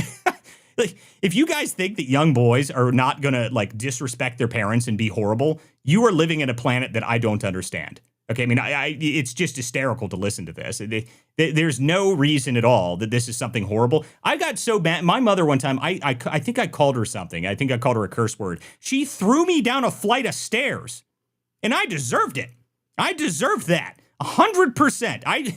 Listen, you call your mother the thing I called her. I promise you, you deserve what comes to you, okay? I deserved it. I definitely deserved it. And people are like, oh my God, you were abused. Oh my, no, I wasn't. I love my mother. Shut up. Like, my mom and I talk every single day. She is one of my best friends in the whole world. I would never have any, like, the relationship we have is great, okay? So listening to people like, oh my God, you were abused. I'm so sorry. Shut up. Yeah. Dude, my mom had 6 kids and she didn't give a crap, dude. That's She right. believed in mass punishment. She would line us all up in the kitchen and bust out the wooden spoons. That's right. And we would all just walk in a frickin' line. And I'm telling you, man, this woman had to have had like some sort of a subscription back in the day. And she would bust wooden spoons left and right. Dude, she would take them with us to the store and leave it in the van just to remind us that she would whoop our ass if we got out of line. Listen. I'm one of 4 brothers. Okay, so when we would drive in the car, and when we would get in, we start acting up, my mother would turn around in the car and she wouldn't even aim. If there's a bunch of us and we were arguing in the back of the car, she wouldn't aim. She'd just turn around and start swinging, just swatting behind her. She didn't care who she hit. She just wanted to hit one of us. I mean, just go around, turn around, swat, keep hitting. Just turn around. It didn't matter who it was. It wasn't relevant. Just shut up back there. I mean, you guys, like, listening to people like, oh my God, he was being abused. Like, you were such a joke. The only thing I can think is that people think that they must only have girls. Because I know this probably isn't the reaction when you have girls, but if you have young boys, I promise you, that is a normal thing, what you just saw there. Getting your ass beat because you said something or did something wrong. You've probably been doing it for 2 weeks and you deserved it and you know it. Well, I read they arrested that mother, man. And she was also, what was the other big thing? She was like teacher of the year or some crap as well. And so people are riding on her as being like teacher of the year, also arrested for child abuse. They arrested her? Seriously? Oh my God, this is so her absurd. Kid, the reason that video came out is like that kid's younger brother took a video of it and then posted it online, and then people found it, and then the autistic army on the internet did its thing and freaking brought the mother to the liberal justice. That's bullshit. That's such shit. That is such shit. I mean, that is such a joke right there. I bet you that little boy feels terrible that he got his mom arrested too. He probably feels horrible about it. That's such a joke that happened. This is so absurd to me that you can't discipline your own children. What are you talking about? I mean, do you think people just existed for tens of thousands of years without rearing their children? Is that true? Like, do people actually believe that? Are you so stupid that you think that, does every single generation before that got their ass beat, all of them turned out horribly too? Turns out we're all still here, aren't we? I mean, like, what on earth? I did whoop my daughter one time, and after that, she's been a sweetheart, never had a problem, anything like that. Just one time. Boys, a threat of it, and they're immediately in line. And if they act out, they know I will drive over to their mother's house and whoop on them if they disrespect their mom. Like, I got no problem doing it. And people that are scared of speaking up and doing that, and by the way, it's legal in the state I live to whoop your child. It's just a fact. It should. I mean, there's nothing that should be illegal about how you discipline your children. Now, listen, if you're abusing your kids, like, abuse is not discipline. Okay, discipline is not the same thing. Maybe discipline and abuse are completely different. If you're like, you're physically beating to the point that they have blood coming from their ears. Okay, that's obviously abuse. Okay, there's a difference. What I saw was he had his pants on. She leaned him over the couch and she beat him on his ass with a belt. Oh no, the humanity. What? Are you kidding me? What? That is a light whooping. My dad almost threw me through a window once because I wouldn't stop talking back to him. Okay, like, be quiet. You people are such pathetic people. I mean, just it's amazing to me. Like, you really think that young boys aren't insanely disrespectful? Like, it's so crazy to me. That's right. Pappers used to say something in one of the streams here. Say, no, don't discipline your children. Let them do whatever they want. Let's see how they end up in jail. I mean, that's exactly what happens to these people that aren't disciplined. That's exactly right. Go ahead, Opinions. Yeah, Walter, here's the thing. The mistake was she just should have taken the kid to get his genitals cut off. And then the same people that are complaining about this would be praising her. That's where we are. That's right. I mean, if you just cut their body parts off, that's okay. That's what you have to do. That's not abusive at all. We allow that. But if you discipline your kid when he's being bad, that's not acceptable. We can't have that in this country. You can't have actual disciplined children. You must just give them Adderall, have them sit down, and then have them talk to shrinks that convince them that they're of the opposite gender. That's acceptable. Yeah, that's good. Do not put them on Adderall. Do not put them on Adderall. Listen. The amazing part about all this is that there's somebody that posted. I don't know who this is. Some right wing account was like, "This is horrible. This is abuse." I was like, "You're pathetic." And a bunch of people jumped on me like, "Oh my God, you were abused!" Like, oh God, yeah, such weak people, man. I don't know what happened to this country that we have like. I've already been talking and been ranting about this for the past week about the weakness that exists out here. All the people that are saying that we need to give up on the midterms, that everything's over. It's just driving me crazy. I'm going to blame the rise in soy lattes is the problems for 90% of the problems we have in this country. The rise in soy lattes, and this is a huge problem. Starbucks is a major contributor to the loss of testosterone in this country. It's a real problem. Hey, Walter, what I saw in that is I didn't see a lot of follow through from that mom. Yeah. She didn't hit the wrist right. She didn't flick the wrist properly. That's right.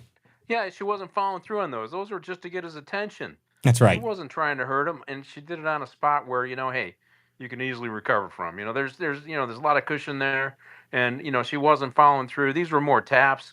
So I didn't see it as abuse, and I agree with you. This is ridiculous. It's crazy. It's crazy, and I mean, it just the idea that we need to throw mothers in prison for disciplining their boys is crazy. And I like what Opinion's comment is. But if they convince them to take hormonal drugs and ruin their lives, that's good. That's promoted. But we can't discipline them. For the love of God, we can't discipline them. Go ahead, Opinion. No, I was going to say I took plenty of shots from spoons, from my mother, metal sometimes too, and I'm a wiser man for it. Yeah, well, my grandmother was the one with the wooden spoons, like Matt was talking about with the wooden spoons. I'll never forget at one point, one of my cousins, and I had 13 cousins, all boys, by the way.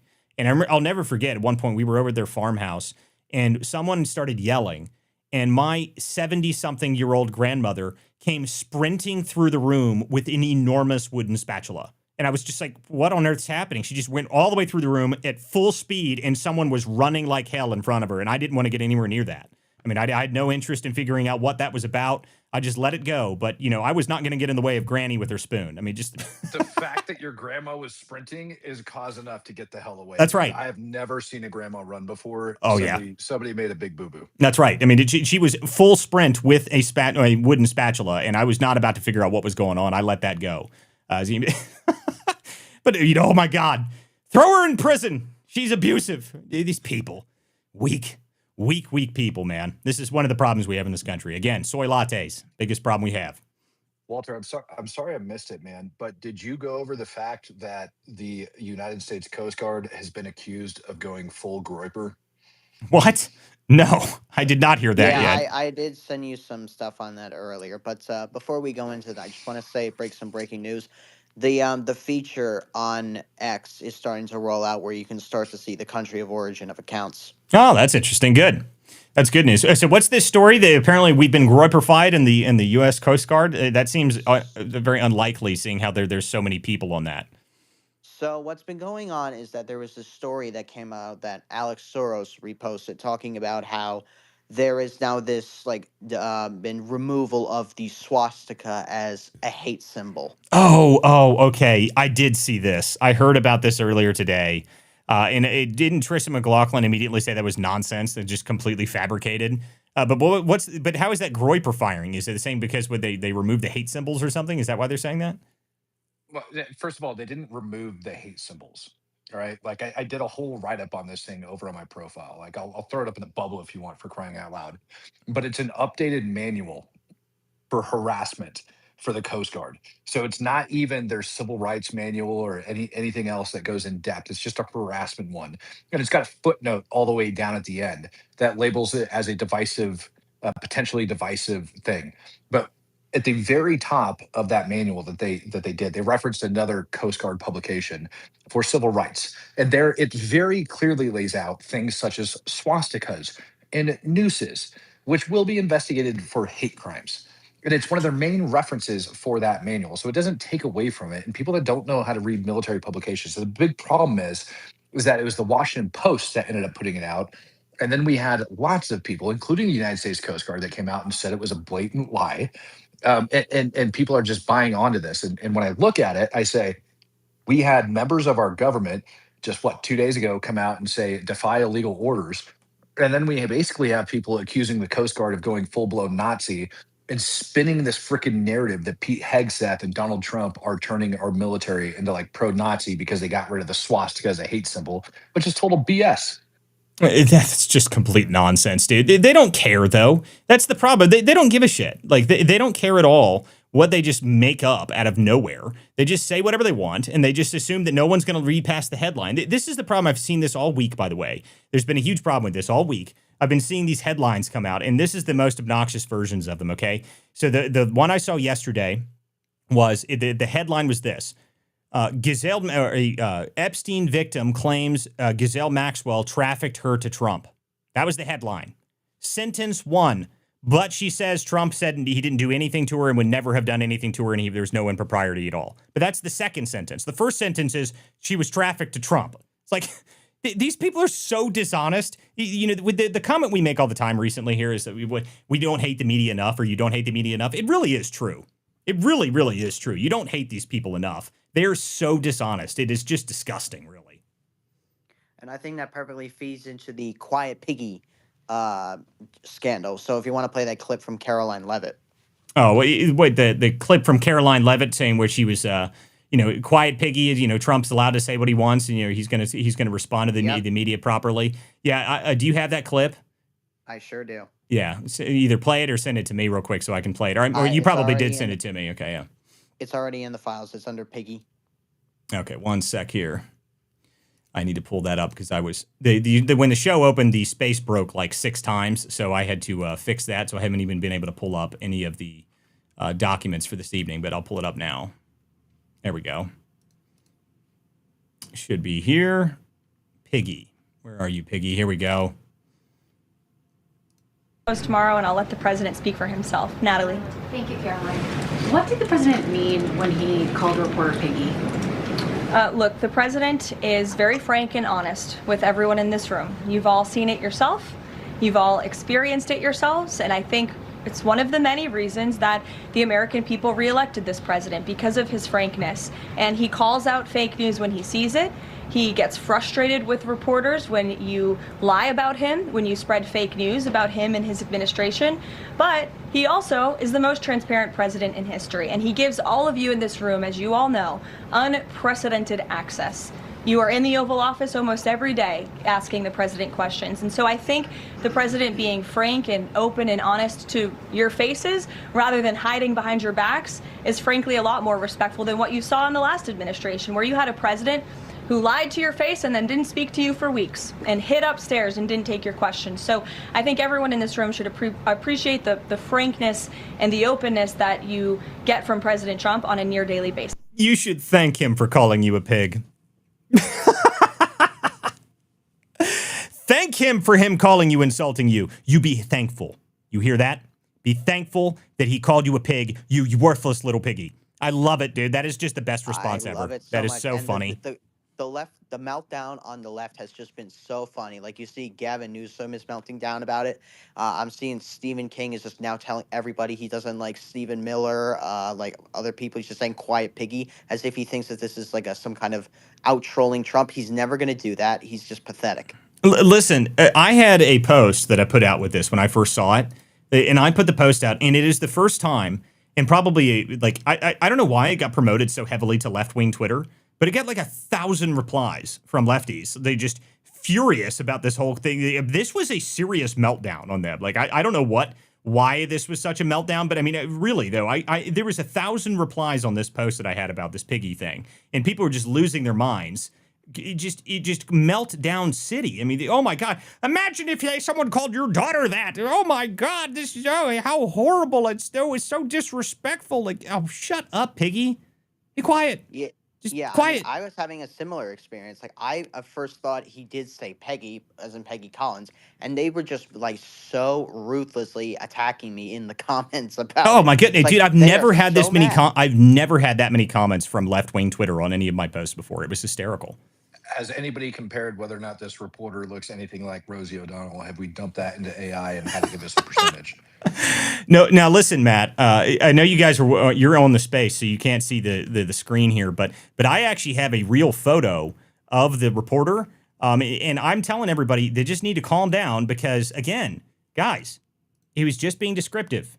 Okay? I mean, it's just, this is what this woman looks like. He's just calling her Piggy because that's exactly who it was. It was Miss Piggy from Sesame Street. Okay? That's who he was talking to. They just happened to give her a job at CNN, and she just looked real similar. Okay? I mean, like, I don't know what else to say. And this, I did this after I'd gotten 1,000+ responses from the left-wing Twitter. They were just melting down. I mean, it took a lot out of me, and I actually ended up calling out one person. I couldn't resist after a while because there were so many people saying, "How could you possibly let you speak like that if you have a daughter? What if someone called your daughter a piggy?" And it took everything I had to not quote post so many of them and just say "quiet piggy." I had to do it for one of them. I ended up doing it for one of them, and she blocked me immediately. But I had to. I mean, it was too much for me. It's too much for me. I mean, just. Why are you melting down so much over this? Like, left-wing Twitter has not been having a good day these past couple days. And the new thing is now they're all up in arms about this, Trump saying that you should be hung if you commit treason and sedition. And I don't care. If you commit treason, you should be hung. I think you should be shot in the street. I mean, like, what the hell's the matter with you? You commit treason against this country, you should. You should face capital punishment if that happens. But of course, they've immediately turned it into them being victims. It's the most absurd. Like, I think every left-wing account in the country today posted that Trump threatened to kill members of Congress. I think that's what their comment was all day today. One of the guys in that video actually brought up the fact on a news interview with Fox News when they were questioning about it, that Trump wanted to send the National Guard into Chicago and said he was going to wage war on Chicago, pretending as if it's not like hyperbolic speech, Yeah, like he's just literally that retarded. yeah, He wasn't should that should send the Jason National Crow? Guard in Chicago, and he should wage war on Chicago and save the people of Chicago. Like, how many more people got to be lit on fire? How many more pregnant women got to be jumped and their kids beat up? Like, how many murders? How many more years of like 800 murders per year? And they're like, oh well, we're down 15%. Oh my goodness. Well, okay, so you're at 749 instead of 800. Oh, let's have a parade in the streets. I mean, it's such ridiculous stuff, man. It really is. I mean, it's so stupid. I mean, this, and the other thing about it is that we know, especially after what Trump did with DC, which is why Trump cleaning up DC was such an important thing. I guarantee you they're cooking the books in these places. Like, I guarantee you they are. You know that those stats aren't even accurate. I mean, this is and the Chief's here on stage. He can speak directly to this. I mean, this is true. What they're going to find out is what they found out in Kansas City many years ago, early mid 1900s, and that was that political leaders tied to the Democratic Party and the mob and organized crime, fill in the blank, had people killed, and they didn't have they had no interest. Let's put it this way: they had struggles to find to break the case and to run down leads. Okay, this is why the state of Missouri runs the Kansas City Police Department for 60 years, 70 years. And this is the story in all these urban areas. And the reason why they're freaking out is the same reason why the DC mayor freaked out, which was because she realized that when Trump brings in the feds and brings in the National Guard and, then has access to law enforcement, they're going to figure out and find files that are problems. They're going to find out that high-ranking officials in those departments are on the take. They're going to find out that some of these people are probably, this happened in Kansas City, where one of those folks, high-ranking officials, were one of the biggest coke dealers in the entire city. I mean, like, this is the way that the urban areas have ran forever, and it has to change. Yeah, You're not well, wrong, man. go ahead. I was in the car with Nick Sorter when he was on those way, like drove him to the courthouse, and we knew that very likely they were going to end up dropping the charges before he ended up walking in there, but you got to go confirm it through court and everything else. And what ended up getting those charges dropped? Well, the discovery request that actually ended up going into him getting charged for it. And what his attorney had asked for was the communication between the Portland Police Bureau and Antifa. And wouldn't you know it, the moment that they asked for that, they end up dropping the charges. Yep. Yeah, that's crazy. I wanted to touch on what Chris was saying real quick, Walter. Chris, I think made a really good point, and I keep saying the way that I look at all of this like corruption stuff, they have to go back into the darkness, right? I get we're not going to have a perfect society, but to be brazenly just stealing from the COVID funds, stealing from the community, like to the extent where the numbers are so big now. I mean that can't happen, right? Not it definitely can't happen in America. We need that law and order. We need that line between right and wrong. And I get we're not going to ever have utopia, but we can't let it get as bad as it has gotten. Like I think now that people are looking, like Chris just said, once people really do start looking, you might be looking for one thing and you find like a whole nest. So they just I think it was Mississippi. You know, it was like maybe I'm getting the state wrong, but it was like a whole police department was basically trafficking narcotics. Oh Like yeah. that's I mean, crazy. yeah, I mean Trump's that first sort of term. stuff's going to keep going, dude. But I mean, but the big thing I think is the bigger thing to me is the public fund stuff. I mean, this is the story we brought up yesterday, the show last night when we talked about the $5 million that were taken out of FEMA funds to pay for this Democrat congresswoman's campaign. Guys, that's going to continue. They're going to find more of those. They're going to find a lot more of those. I think we're going to see a widespread amount of those that show up. And I think that's also why you've seen a strange number of people that were just retiring from Congress without any explanation for it. That doesn't normally happen, especially from the Senate, and especially for, the guys, when you're in a very safe seat, these people don't retire. Okay, they have to wheel them out of the Senate. Okay, like they have to. Dianne Feinstein quite literally died in the Senate House. I mean, this woman never was going to leave. I mean, it's the retirements. I think are a very good sign of that. But now that you're starting to see some of this, by the way, that woman, what was her name? I can't even pronounce her name. It's like Chillis or something like McCormick. Chillis McCormick or whatever her name is. She came out today and said, "Well, the only reason they're targeting me is because I'm black." Like, oh my God, woman. I have the clip on the files if you want to play that. Yeah, I can play that real quick. Let me pull that up real fast because that was ridiculous to me. Do you have that one named? Yeah, it's named Sheila. But before you do, I just saw. You cut out, Jack Dron. Well, go ahead. Walter, well, just wanted to point out, and people, I don't think they remember this, but Kansas City is a prime example from the first term of Trump, where he did Operation Legend, and Kansas City freaked out. Like the Democrats in they freaked out. They're like, Trump's bringing in all these people.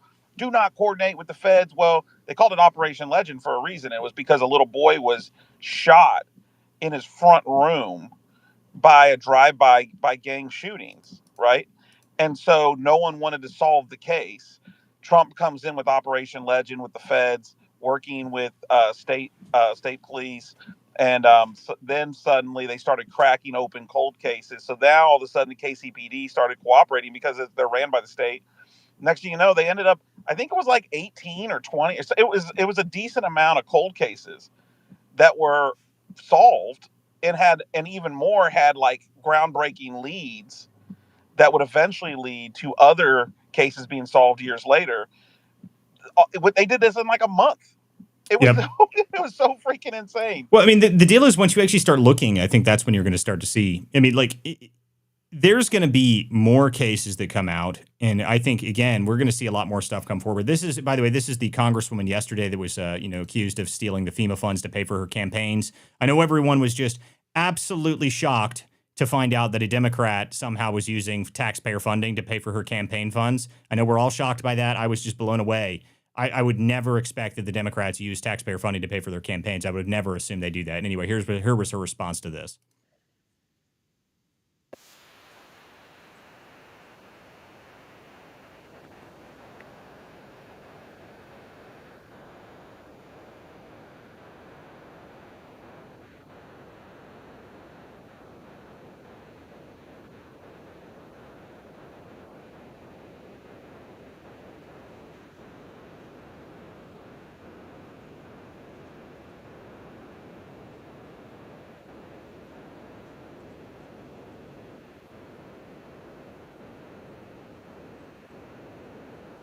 So there you go. There's the congresswoman talking about this. Looks like some people said no audio on that on the stream. I don't know why it didn't show up audio there, guys.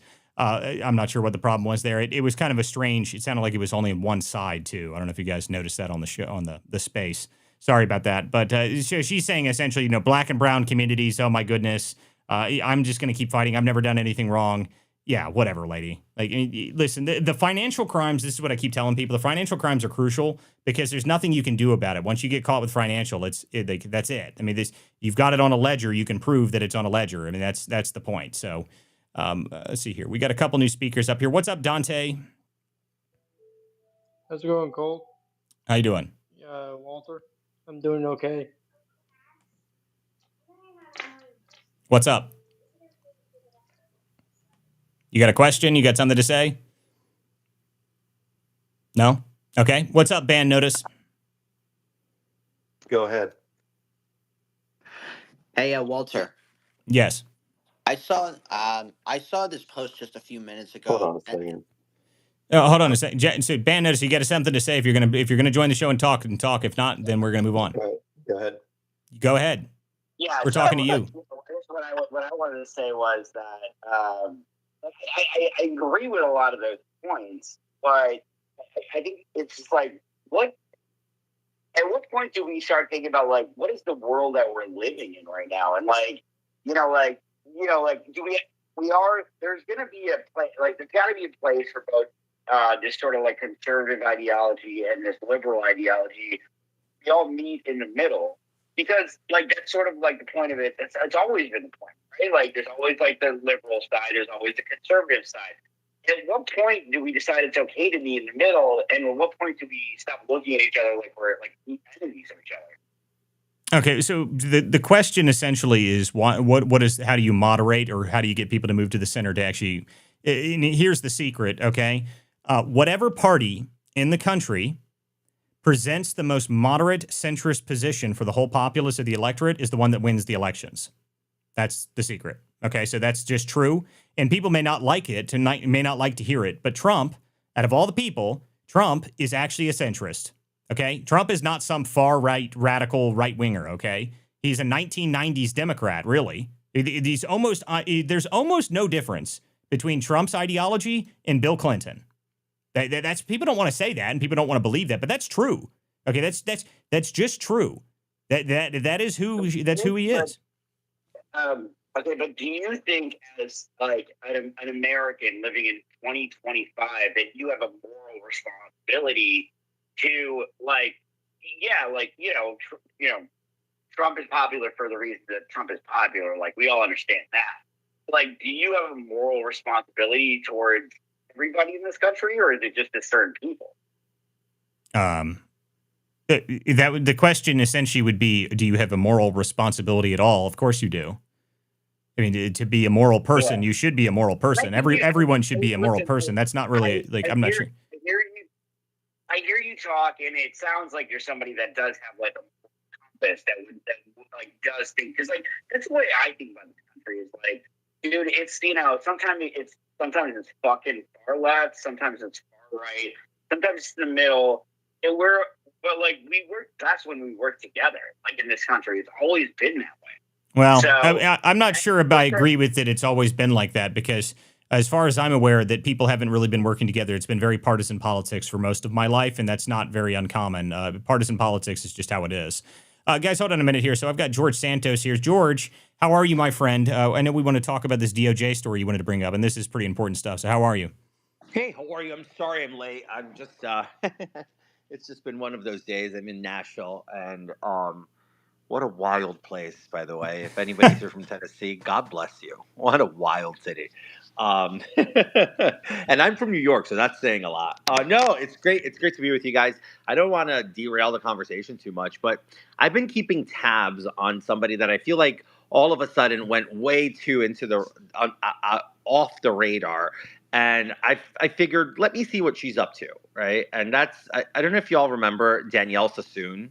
She was billed as Anton Scalia's clerk and a protege and a MAGA conservative. And then she decided to slap the president practically in the face and disregard the attorney general's orders and disregard the DOJ's directives and mandates because she wanted a grandstand. That's the same Daniela Sassoon, Daniela, whatever her name is, I don't care.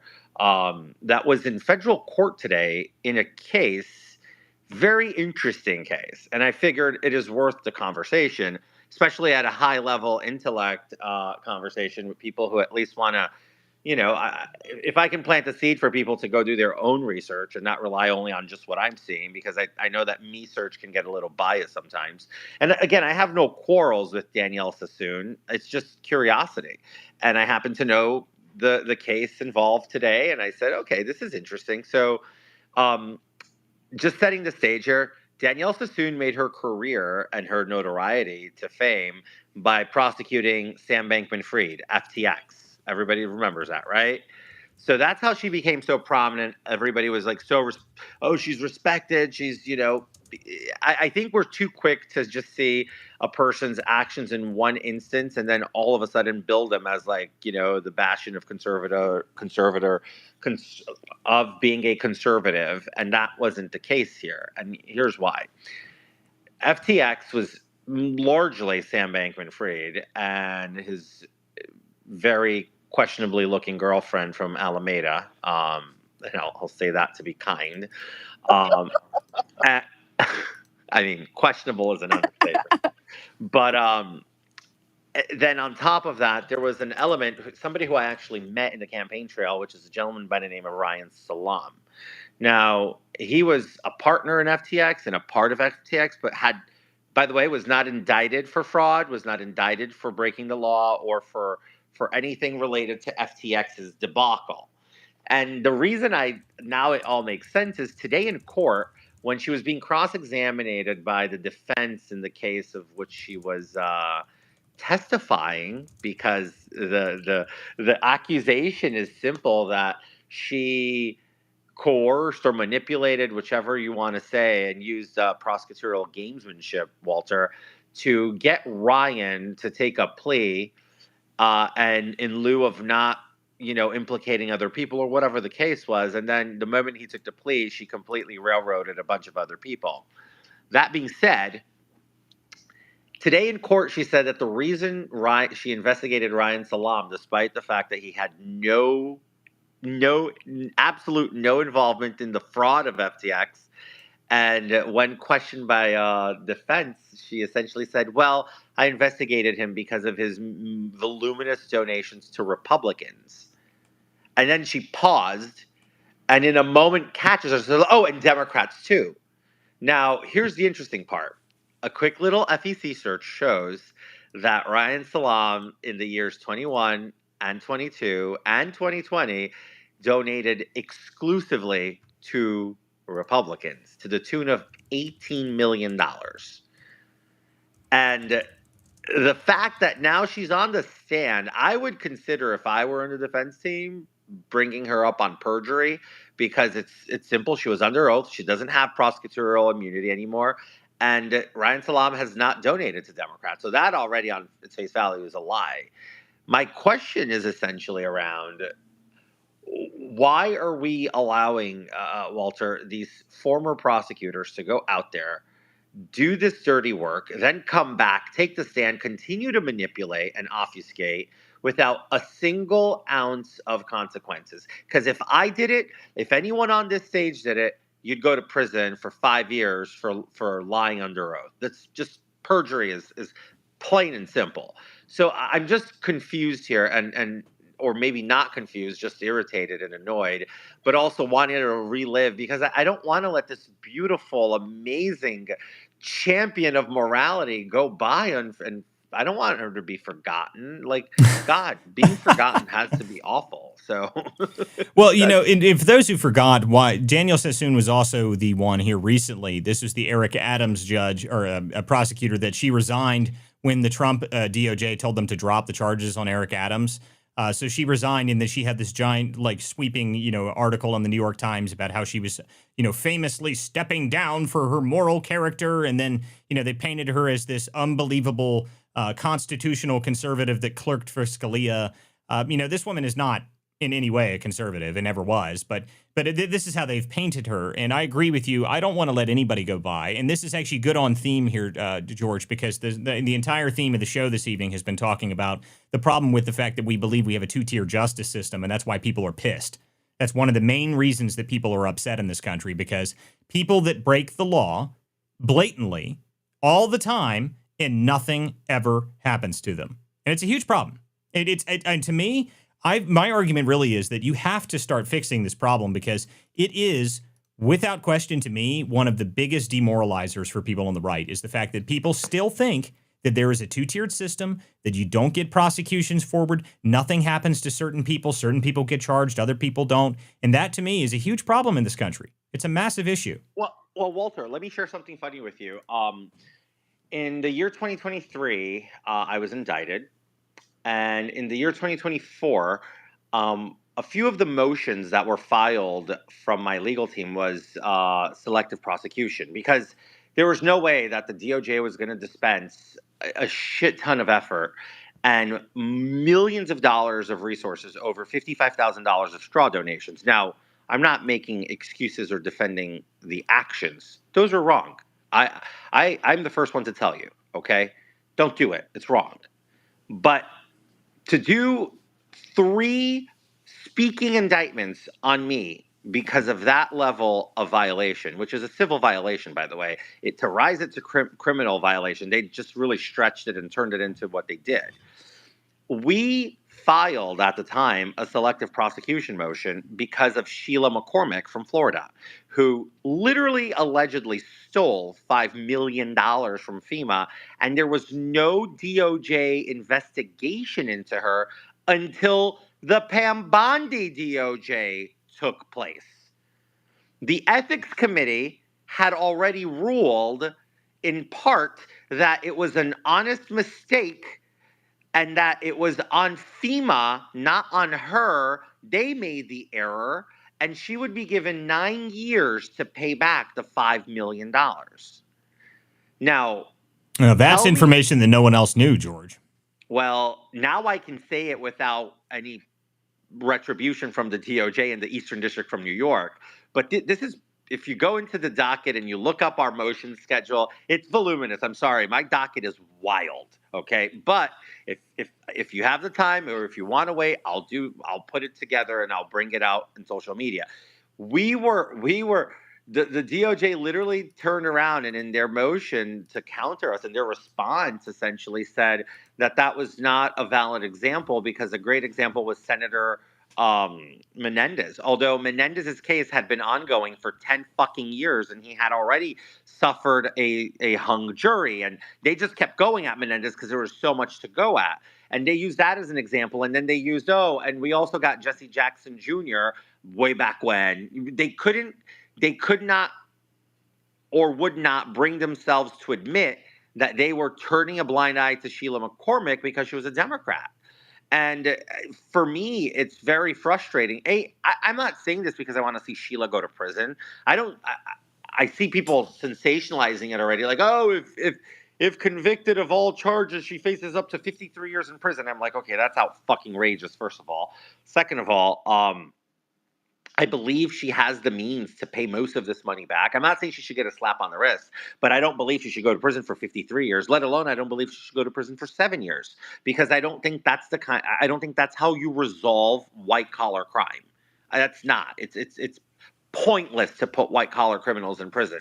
You're actually exposing them to becoming more inclined to commit crimes in the future, and we can unpack that another day. So my point here is, when you look at this, it just starts to paint a broader picture of the imbalance of justice. For my weekly for the South Shore Press this week, I'm not going to read the whole thing, obviously, but I'm just going to say this was my opening statement, Walter. Let's be honest. The Jeffrey Epstein scandal was never just about one monstrous man. It has always been a reflection of America's ruling class, the elite circles, the media power brokers, and the political insiders who pretended for years that nothing was wrong. Now, the truth is finally breaking through, piece by piece and lie by lie. That's the start of my piece for this week, which is about 800 words.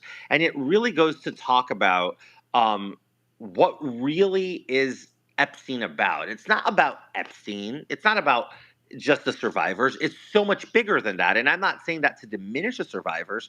I'm saying that for about 3 decades, Jeffrey Epstein got away with horrendous crimes because he was enabled.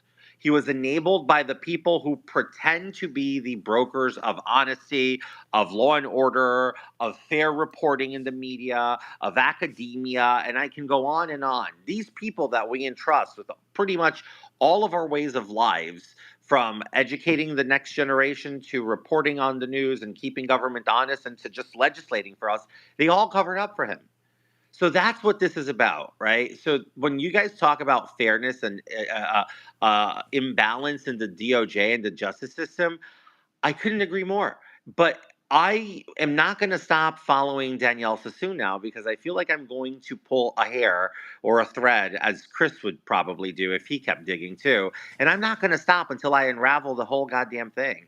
And Federalist Society, George. Federalist Society. Well, I mean, but I know look, she is part of it. but It starts there. When you see that on her resume, you're like, okay, that's red flag number one. But there's much more than that. Well, but what you're talking about is exactly the purpose of what I was talking about at the open of the show. My monologue this evening was specifically the fact that the reason that today you saw it, everyone saw this, the hanging thing that Trump's talking about, hang them for treason. And, the Democrats, oh my God, they're assaulting. He's trying to talk about, oh my God, he wants to kill us, blah, blah, blah, blah, blah. Like, guys, you're missing it. Okay, you don't understand that people are furious for a reason. They have a good reason. The reason is they don't think that people get punished. That's why. It's very obvious. They don't think anything happens. They don't think anything ever happens to the people on the top line. They don't think anything ever happens to the elites. They assume that nothing is ever going to go wrong, that nothing's ever going to happen. That's the problem. That's the reason all this stuff comes forward. That's why so many people are upset about it. That's why any of these stories, every time you hear about it, everyone gets mad. And the whole story, you're right, George, the story of Jeffrey Epstein is really not even about Jeffrey Epstein anymore. It's about the two-tier justice system in this country. And people are sick of it. They're done with it. You better fix it. You better have accountability for it. And the biggest thing, this is what I keep talking about, if they don't come up with some way to fix this problem, it's going to be huge. The deal is that people really think that if you don't fix the problem with the people that went after Trump, the people who opened up counterintelligence operations against Trump, if you don't put those people in prison, people are never going to trust the system of justice in this country ever again. They're not.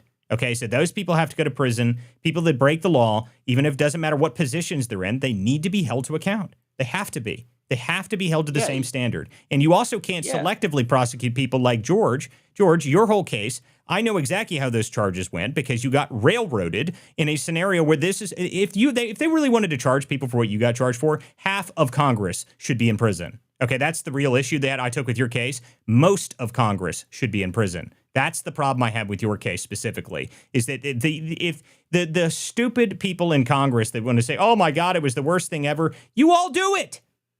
All of you. I know you do. So stop lying. And that's why when they said that 7 years or whatever they said, 83 months is what your prison sentence was. And I saw that, I was like, that is just a railroading and intentional prosecution because they were trying to go after you. And my opinion on it is because you went after McCarthy and you upset the establishment. That's what really the reason that they went after you as hard as they did. That's my opinion on it, really. Walter. Hold on a minute here. Let George respond. Look, there's so many reasons.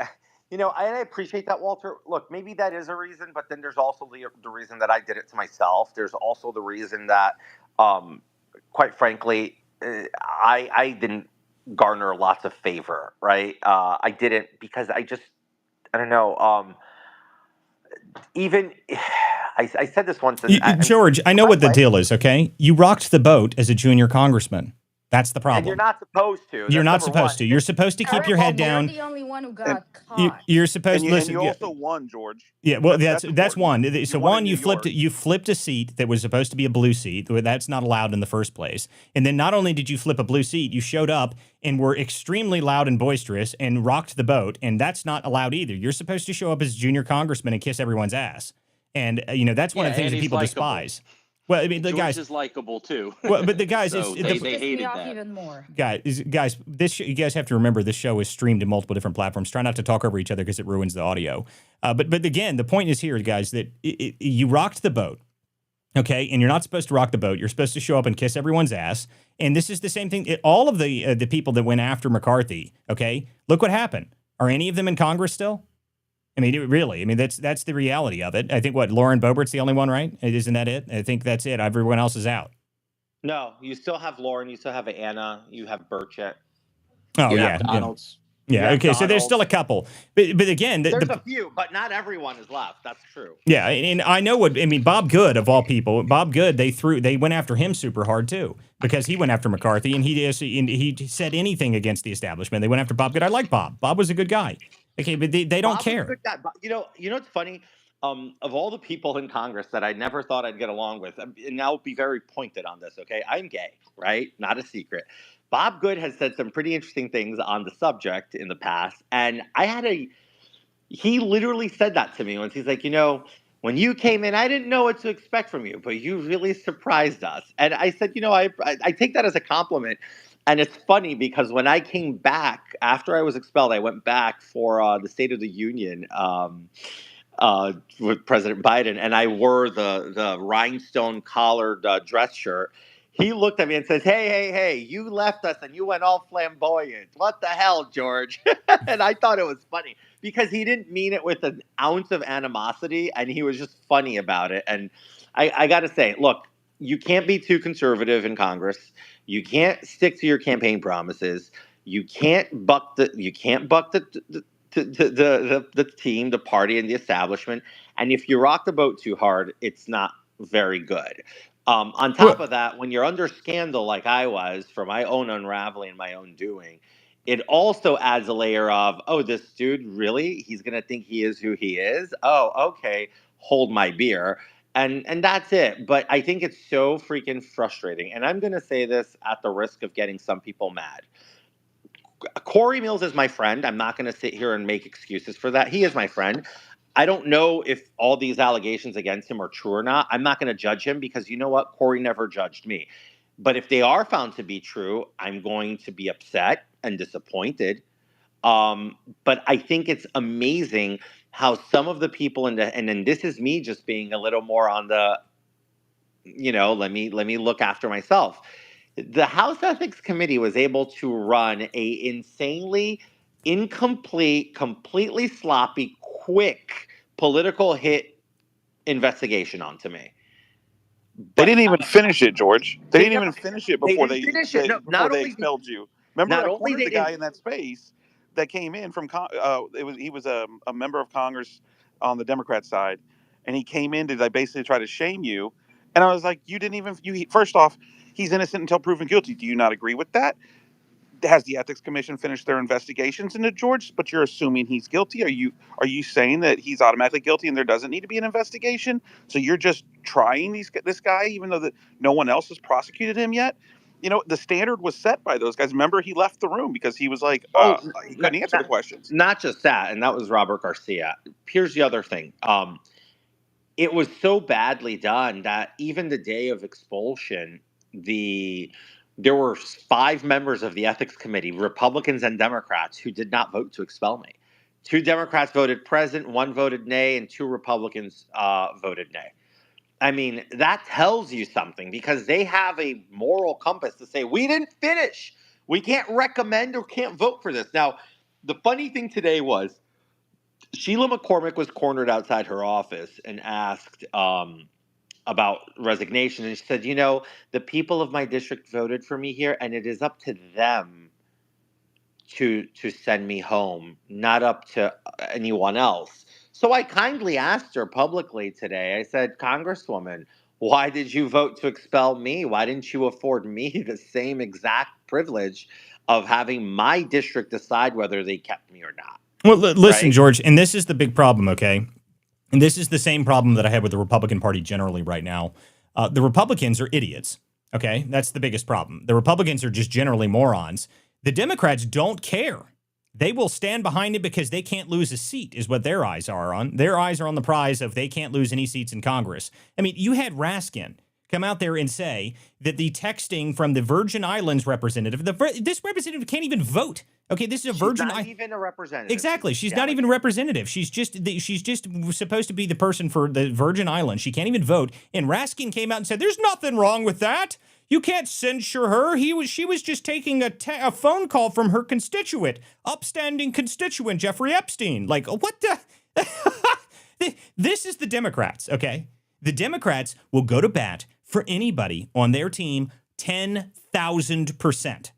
Like, this is my comment. This is the biggest problem I have with the Republican Party is that, guys, they don't care what they do. They don't care who their candidates are. They could run a goldfish and it won't matter to them. It doesn't matter. They don't care. All they care about is, what is this person doing? They're on our team. Okay, we go to bat for our team and we do it no matter what. That's the big difference. That's a huge difference between the Republicans and the Democrats. Now, I'm not saying I want us to be 100% conformist.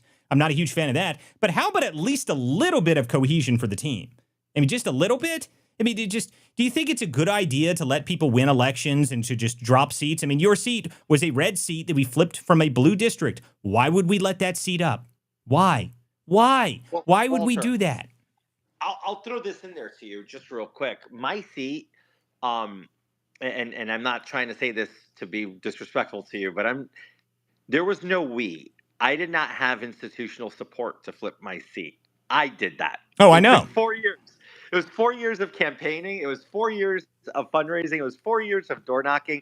It was 4 years of pure blood, sweat, and tears. Scott Pressler, Kevin Smith, so many different people that you guys see on these stages had a lot to do with that, more so than the party. So much so that on election night, the chairman was shocked that I won, but not just shocked. They were shocked that I flipped the seat and swung it 16 and a half points. This seat was won by Biden by 8 points. I won it by 8.5 points. That is a 16-point swing in a year where there was no red wave, in a year where New York had the Zeldin effect, but I still outperformed Zeldin. I was actually, in fact, in the entire state, if you look at the numbers, I know there's some numbers guys here. You guys can call my bullshit if I'm wrong. I was one of 2 members of Congress who outperformed Zeldin in our respective districts. And I'm not saying that that's a bad thing. But the point is, my point is, George, I'm not saying that the institutional support, I don't ever expect the Republican Party to help people. I think they're very bad at their jobs anyway. But my thing is, New Jersey. Chiarelli did better 4 years ago without the institutional support than he did this time around. Yeah, it's just, the deal is, to me, is that it doesn't matter how it happens. My point is specifically that, guys, once you've got them there, what are you thinking? Why would you give it over to the Democrats again? Why? Why are you so, the Democrats, you think they care if their representatives are in scandals? They'll defend them to the end. They'll defend Plaskett texting Jeffrey Epstein. They'll defend anybody. They're going to they don't care. In this newest one, McCormick, they're already trying to spin. They're going to try and run it as some ridiculous spin. It's stupid. The Republicans can't seem to get behind anything, and every time anything comes out, they're like, "Oh Lord, everyone abandon ship, throw them off, get them out of here!" You guys are hopeless. I mean, there's no cohesion whatsoever. Okay, hold on a second here. I've got Gregory Lakeoff up here. I want to see what he's got. If you got commentary on this, Greg, go ahead. Yeah, I just wanted to say a few points. First off, George, I mean, I think you know this, but I'm actually from your district. So when you were campaigning, I mean, I saw all of that. It was pretty amazing. And you're 100% right. I mean, you completely switched a district that was 100% Biden, left-leaning Tom Suozzi to a district that finally elected a Republican. It was an amazing thing. And with you and Lee Zeldin, I remember that election. It was it was a real experience. Funny enough, I was actually at your opponent's election day party, Robert Zimmerman. I was at his party. It was very entertaining to see, everyone there fail. But something I wanted to. Funeral, I remember, and I'm sorry to cut you, Greg, but I just throwing it out there. A little funny story. Just, I know, totally off topic, but I happened to not know where my opponent was having his event, and I happened to have a suite in the same hotel. And when I came out to go to my party, which was right up the road, I had to walk right through his entire reception, absolutely freaking out the entire party because the polls had already closed. The numbers were already looking good for me. And I'm walking through this man's funeral of an election.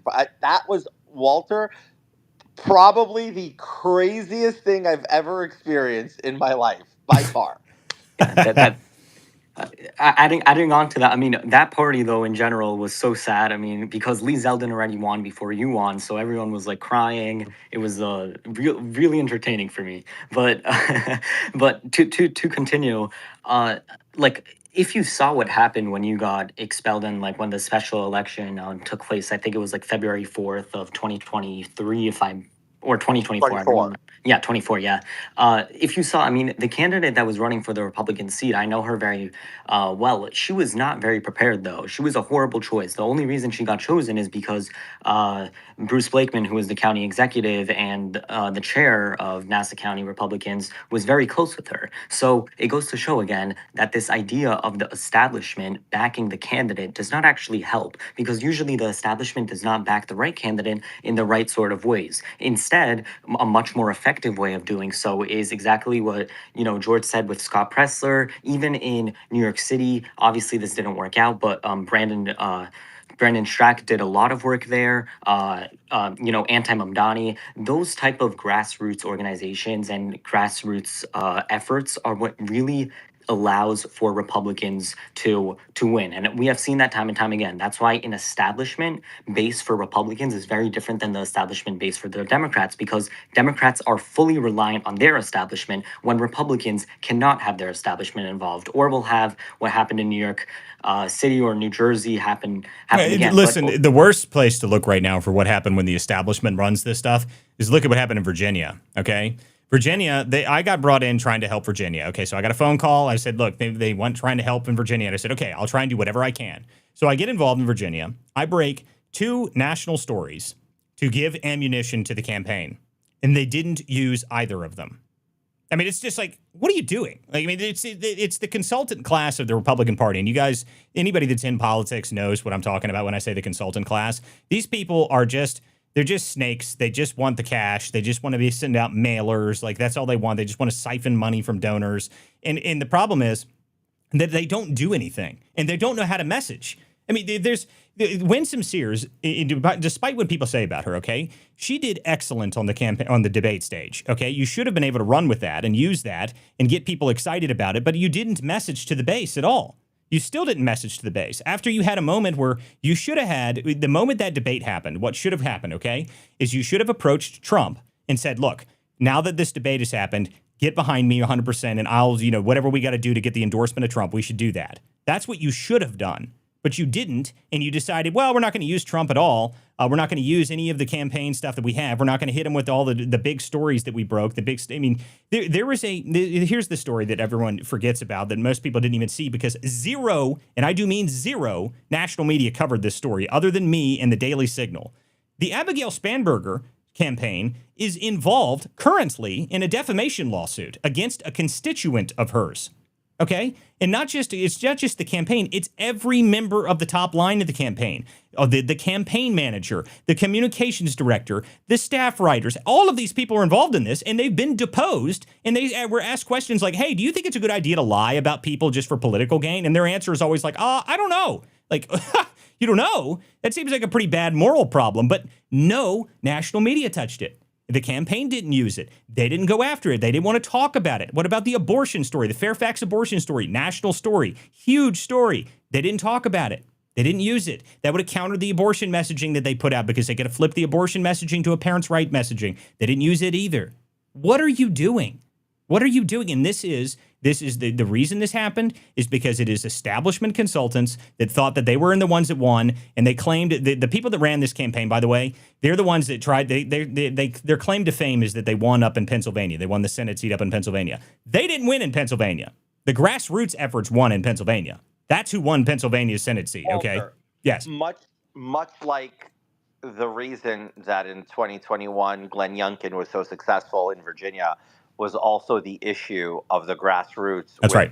Moms in Loudoun County being tagged as domestic terrorists for asking questions at school boards. Exactly. And I think it's to a detriment. What Virginia just did to itself electorally, it's to their detriment.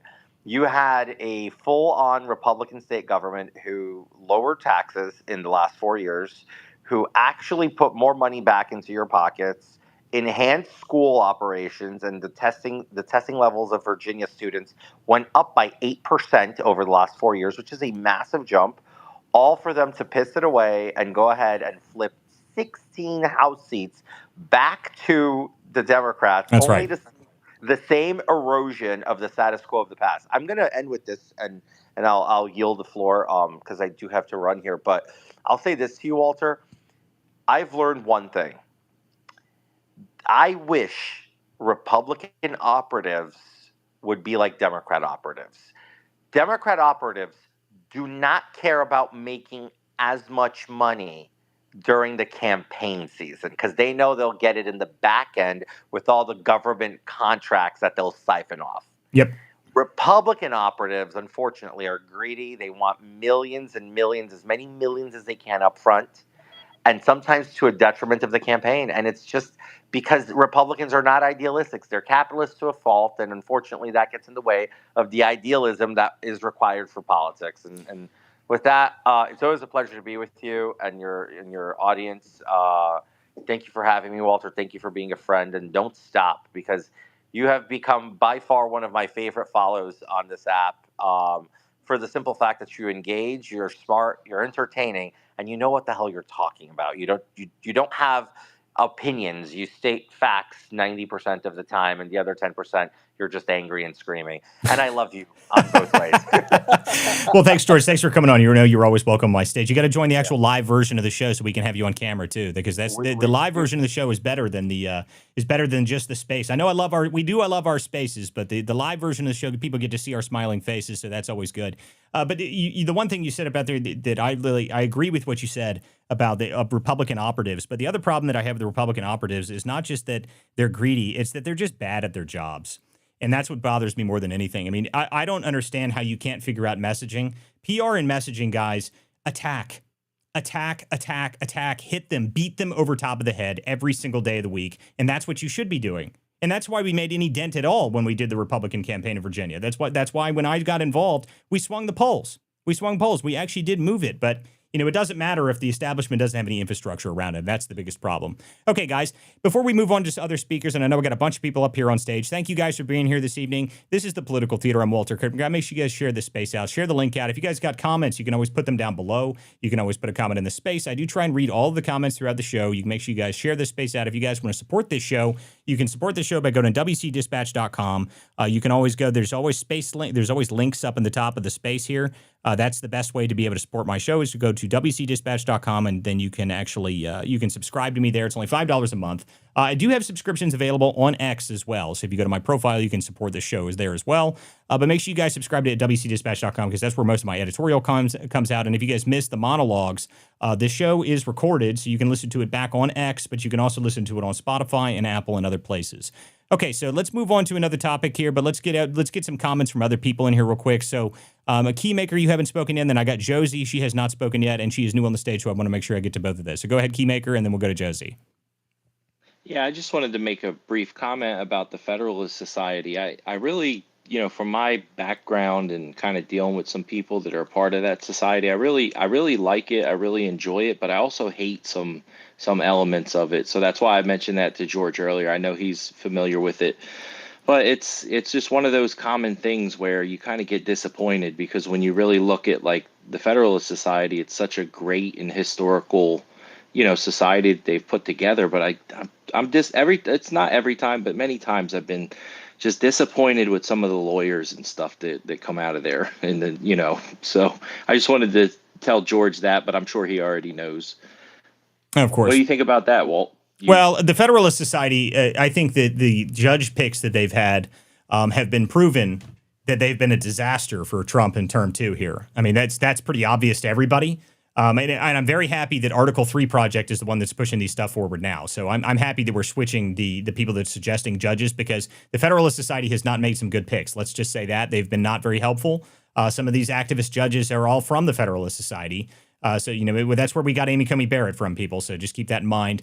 Now, then again, everyone gives Amy Barrett a lot of grief. I am kind of on the fence about her. I think she's more of this institutionalist type. She's kind of like a Roberts style justice. I don't think she's as bad as people give her that much credit for. But some of the other picks that they've had have been a real problem for us. Okay, Josie, you were new on the stage. What is up?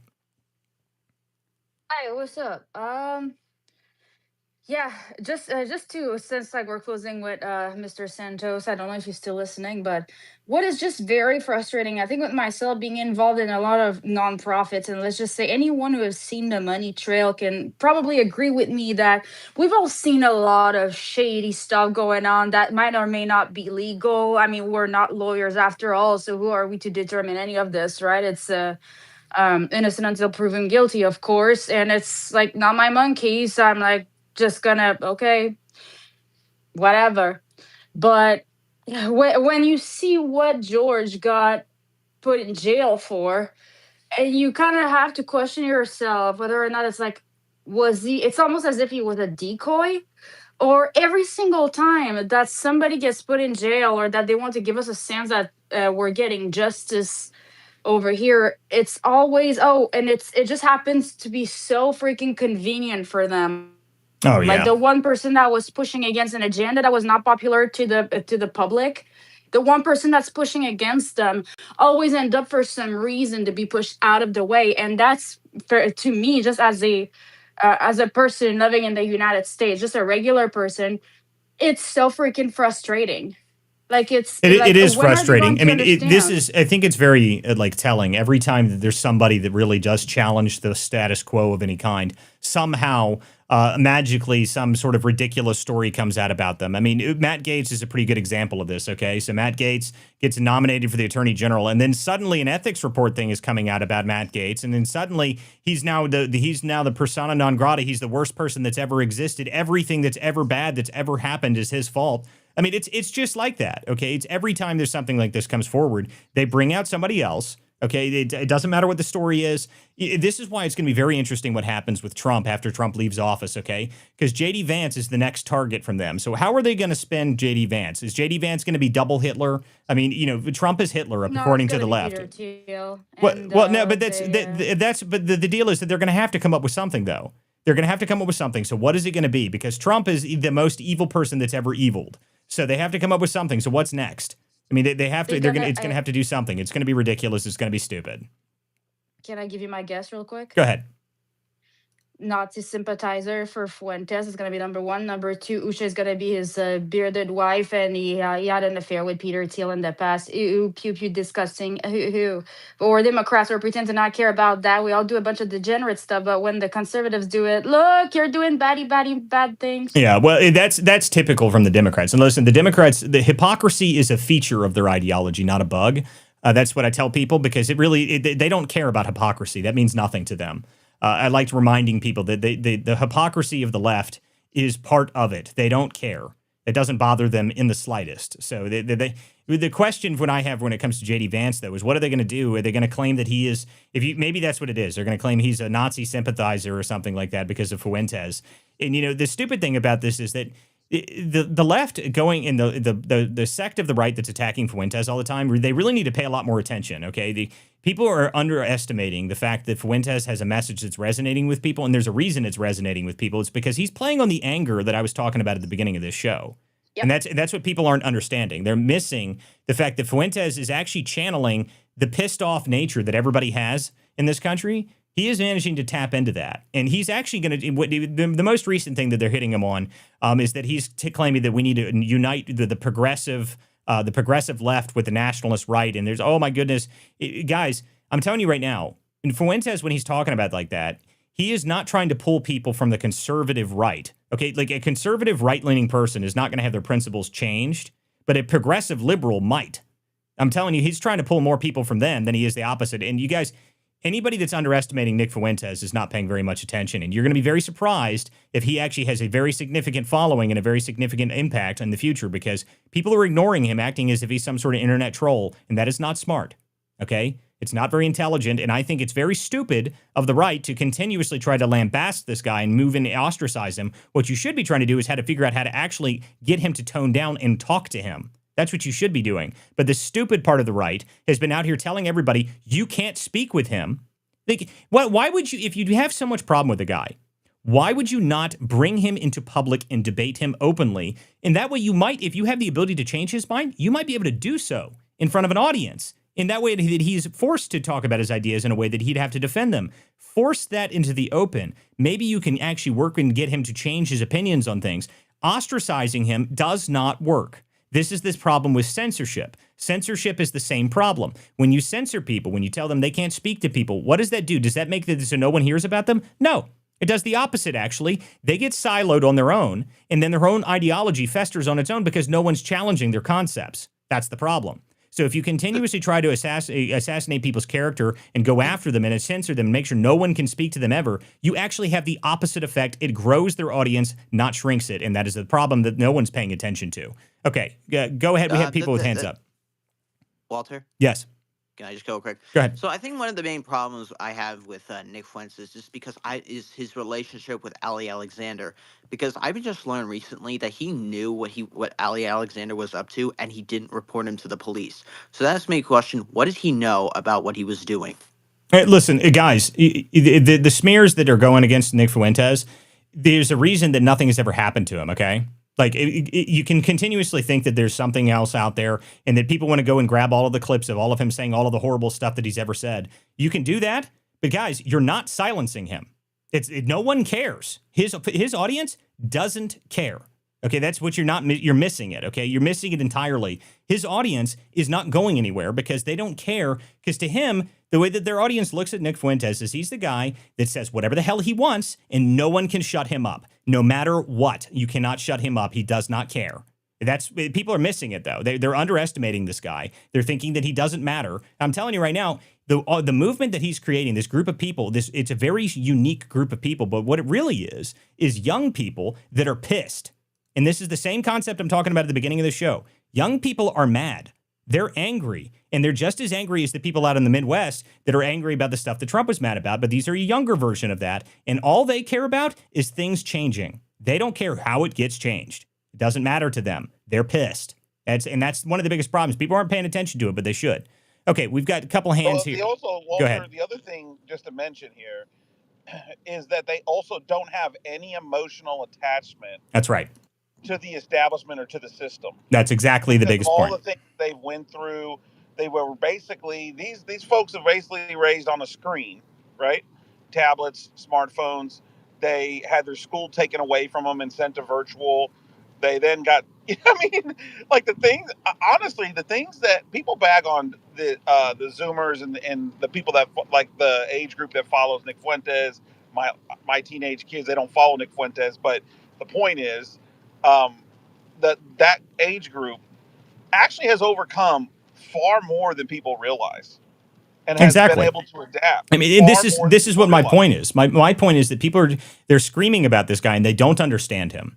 And the reason they don't understand him is because they don't actually go listen to him. When everyone started talking about Fuentes here recently, I didn't pay any attention to the guy for years, okay? I have no idea anything about him. I didn't watch his show, not my style. I remember watching him something years ago, and I just like, okay, I don't find it interesting. I just didn't find it intellectually interesting. I just didn't. But, just here recently, people was talking about this guy constantly, so I wanted to talk to him, or I wanted to listen to him, so I went and listened to his show. And I'm telling you right now, his message is landing for a reason. His message is landing for a reason because the things that he's talking about is accurate. He's just talking about things that he thinks he sees. He sees problems in the country that people aren't addressing, and he keeps talking about them, and no one else is talking about them. That's why his audience is growing. So you can ignore him all you want, and you can act as if he's not a person that matters. That's just not true. It's just not true. How do you propose then how do we deal with him? The only way you... I have an idea. Hold on a minute, guys. How does J.D. Vance deal with him? Go say if J.D. Vance is the nominee. J.D. Vance, what do you tell me? Like, how do you deal with him? I've just told you. Everyone needs to pay attention, okay? Like, you deal with him by talking to him. Bring him forward and speak to him. Get him in a scenario where he is challenged by somebody that's intelligent. Okay? When you can't challenge a guy by having a clip war with him over the internet where your friends and your followers share a single clip and then they share a single clip of the other guy and it's a 16-second out of context clip back and forth. That gains no ground on either side for anybody. Okay? You have more in common with the people that are talking about Nick Fuentes stuff than you do with the people on the left that want you dead. Okay? That's how you start. You start there. Remember, your enemy, the left, Antifa, wants to accost you in public, wants to ruin your life, wants to destroy your family, and wants to tear this country down to its bones. That's what the left wants. And the way you deal with that's where you start. So you have to start there, and then you come up with a way to talk to the people, because if you don't talk to him, he's just going to grow, and you're not going to understand why. And I'm telling you, people are missing it. Walter. Yes. But what happens if they don't want to talk? Don't actually want to talk? Like, for instance, Crowder tried to publicly debate Candace Owens, and she chickened out. And Candace Owens is a different story. Candace Owens is a click person. Okay, Nick Fuentes is a different style of character than Candace Owens. Okay. Candace Owens has figured out that you say outrageous things on the internet to get clicks, and that's all she cares about. And there's no one that can convince me otherwise. She's not a serious person. I mean, we've discussed this on this show many times. Candace, in my eyes, is only just talking about whatever gets her the most clicks online, and it's profitable for her. I mean, she's going to continue to do that. She's not going anywhere either. But in terms of a political person, I don't know anybody that says, I get my specific political, interpretation of the world from Candace Owens. That doesn't happen. Now, people from Fuentes do. People from Fuentes say that they get their entire political ideology from the guy. There's a massive difference between the two. I don't see Candace as a leader. I see her as a very, very effective podcaster in selling her own brand. That's the big difference between the two. Yeah, I also think that there's this. You're vice president, and you're going to be running for president. Nick Fuentes it has 1 million followers. Candace has 1 million followers. These people have 1 million followers. But here's the truth of the matter: who cares? Like their base is not leaving them. Candace's followers aren't leaving them. Tucker's followers aren't That's leaving right. them. They're not going anywhere. In any way, there's this belief on this platform and just in general that like this person needs to debate this person who needs to debate this person, and if he shames them, they'll lose everything. And the truth of the matter is, they'll both gain followers from it. Oh, yeah. And so that's not what I'm talking about, though. Okay, no, I know that. What I'm talking about is like the debate is not the point. Okay, like who wins the debate isn't the point. The point is, if you want to talk to somebody like Fuentes, if you want to take him seriously, if you want to change his mind about some of his opinions, do you think telling him that he's the worst person that's ever existed, and then you'll never allow him anywhere near politics, and you'll never allow him in the club, and you'll never let him near anything? Do you think that works? It doesn't work. That's the point. It doesn't do anything for you. If you wanted to actually change this kid's opinion on things, why don't you talk to him more often? Bring him around, speak to him. It's not, you think that you're dealing, like the idea, the stupid concept that you're legitimizing him or something. The guy has a massive platform already. Okay, that's why I get annoyed when I hear people say, well, you platformed him. He's got millions of followers. What are you talking about? He's got a platform. Okay, let's stop pretending that he doesn't have a platform. That's stupid. Okay, the guy has a huge platform. Millions of people watch his stuff on a regular basis. Everything he says online gets millions of hits. Everything. Not some things, not a couple things. Everything he says online gets millions of hits. The kid has a platform. So if you want to actually like try to exclude him, you're stupid. He's not going to be excluded. He's part of it. Okay, so you have to figure out a way to talk to him, even if you disagree with him on everything. Doesn't matter if you disagree with him on everything. The difference that I thought that the right had from the left is that we were willing to actually have disagreements and figure out a way to talk about them. That's the biggest difference. You have to talk about them. You have to have the debate. You have to have the conversation. That is what I wanted more than anything from people on the right. And for some stupid reason, there's a whole sect of people that sit out here and scream all day long, oh my God, you can't talk about him. You can't listen to anything he says. He's the worst person that's ever existed. Blah, blah, blah, blah, blah, blah, blah. Shut up. You're wrong. Okay?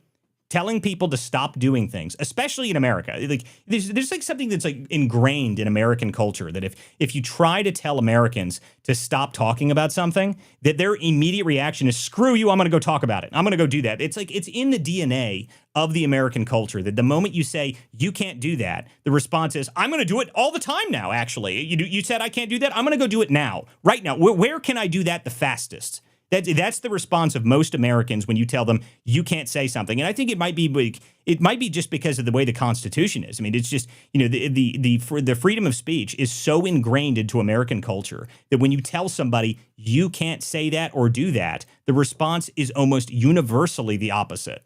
They do the opposite, and more people want to do the opposite because you don't get it. The more you say don't, the more people say I'm gonna. And I'm that way. Listen, if people come to me and tell me you can't do that or you can't say that or you can't go to this place, what am I first doing? I'm on the first flight there.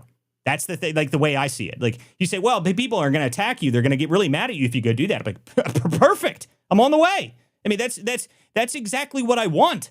I mean, it's amazing that people don't grasp this, though. And I don't know where it came from, but it's a very stupid idea. So if you think that you're going to silence people in anywhere in America, especially people that are masculine style people on the conservative side, or anybody on the right of any kind, if you think you're going to silence them, the response is not going to be pretty for you because one, they're going to yell that no, I'm not going to, and then other people are going to join them because you tried to tell them not to. That's the problem, and people don't seem to understand that. Okay, Hill, you had your hand up. Go ahead. Hi, Walter and everybody. Yeah, I very, very interesting conversation. And I'll tell you, I have an idea that well, let's say that there's something about Nick Fuentes. First of all, I've been watching him for a very long time. I mean, I can't sit through too much of it. But I've listened through things that really nauseated and angered me because it's so disgusting. And yet you watch the guy, he's extremely charismatic. He is an extremely effective and talented speaker. He draws you in because he has a mind. And you can tell that he's thinking all the time about what he's saying. And he is very knowledgeable also. I mean, he can talk about all sorts of geostrategic things that I don't know about. Now, I don't know whether he's right or not, but it certainly sounds convincing. Okay, that being said, there's something that people used to say about Trump all the time, which is that Donald Trump came from Queens in New York, which is like the suburb of New York City, even though it's in New York City. And whether it's true or not, the common lore was that Donald Trump, because he has a Queens accent, he never felt accepted by the elite of the elites in Manhattan. Even though he came into Manhattan and he became a very successful developer, he never felt accepted by that elite. And that it was that correspondence dinner when he was ridiculed by Obama that he decided he was going to run for president. So, long story short, I think with Nick Fuentes, I like your idea of engaging him, somebody with a good temperament, like Coleman Hughes or Konstantin Kisin, to talk to him and draw him out. I think the big failure, the disgusting failure that Carlson made, was not pushing back on anything and just sort of letting it. You're missing float. the. But wait, no. I got one more thing. Go ahead. And then, okay. The last thing is that you have to give him stakes. Right now, he has nothing to lose by being the way he is.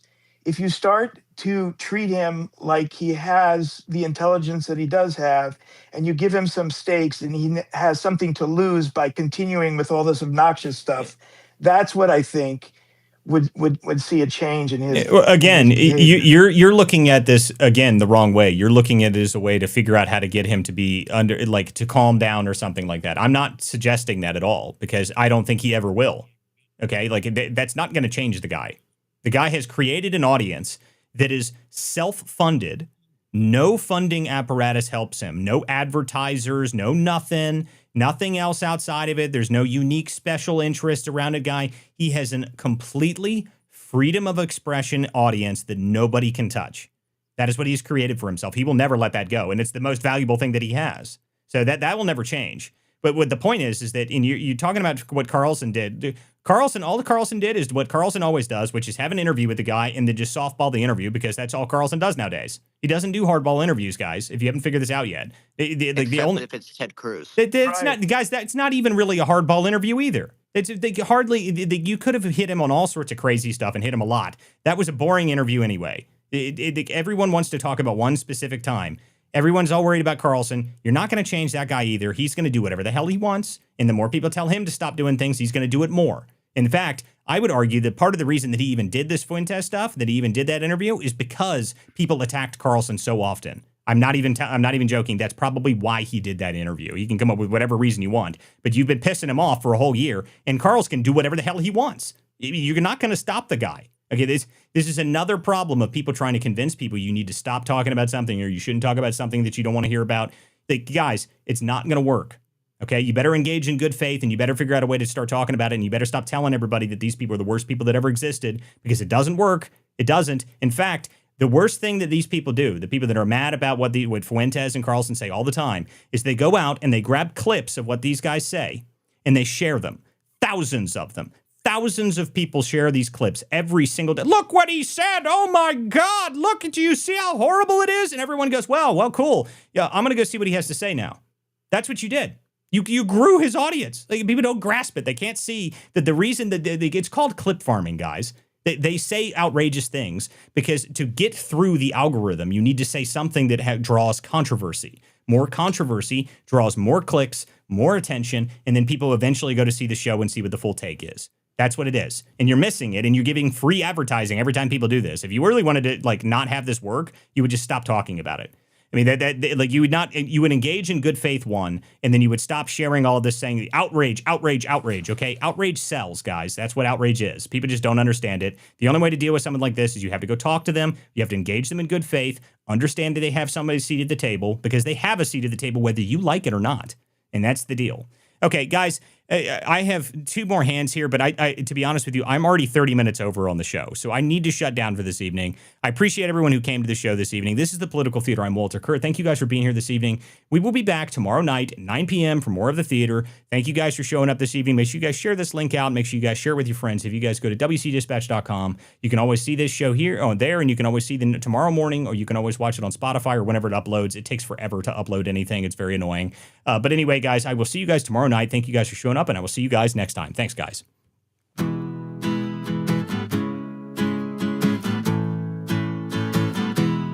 Some folks are born with a liberty spark. Their hearts beat red, white, and blue.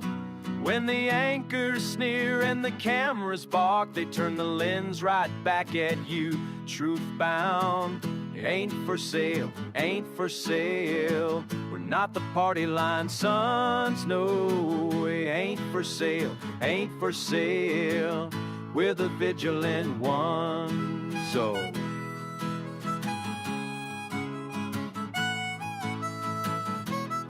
some folks inherit silk-lined halls, spend our sweat while preaching share. But when the tax man wraps his knuckles raw, their mansions suddenly look bare, impaired.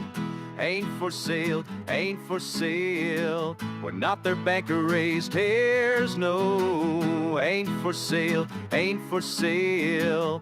We're the vigilant ones, so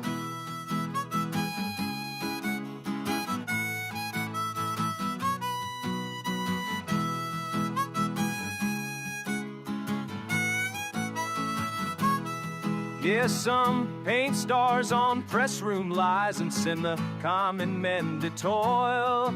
Ask them, how much truth will you trade tonight? They mutter, more noise, more noise, more noise. Ain't for sale, ain't for sale. Not the theater's pawns, friend. It ain't for sale, ain't for sale. We're America's steadfast one. No, we won't be spun.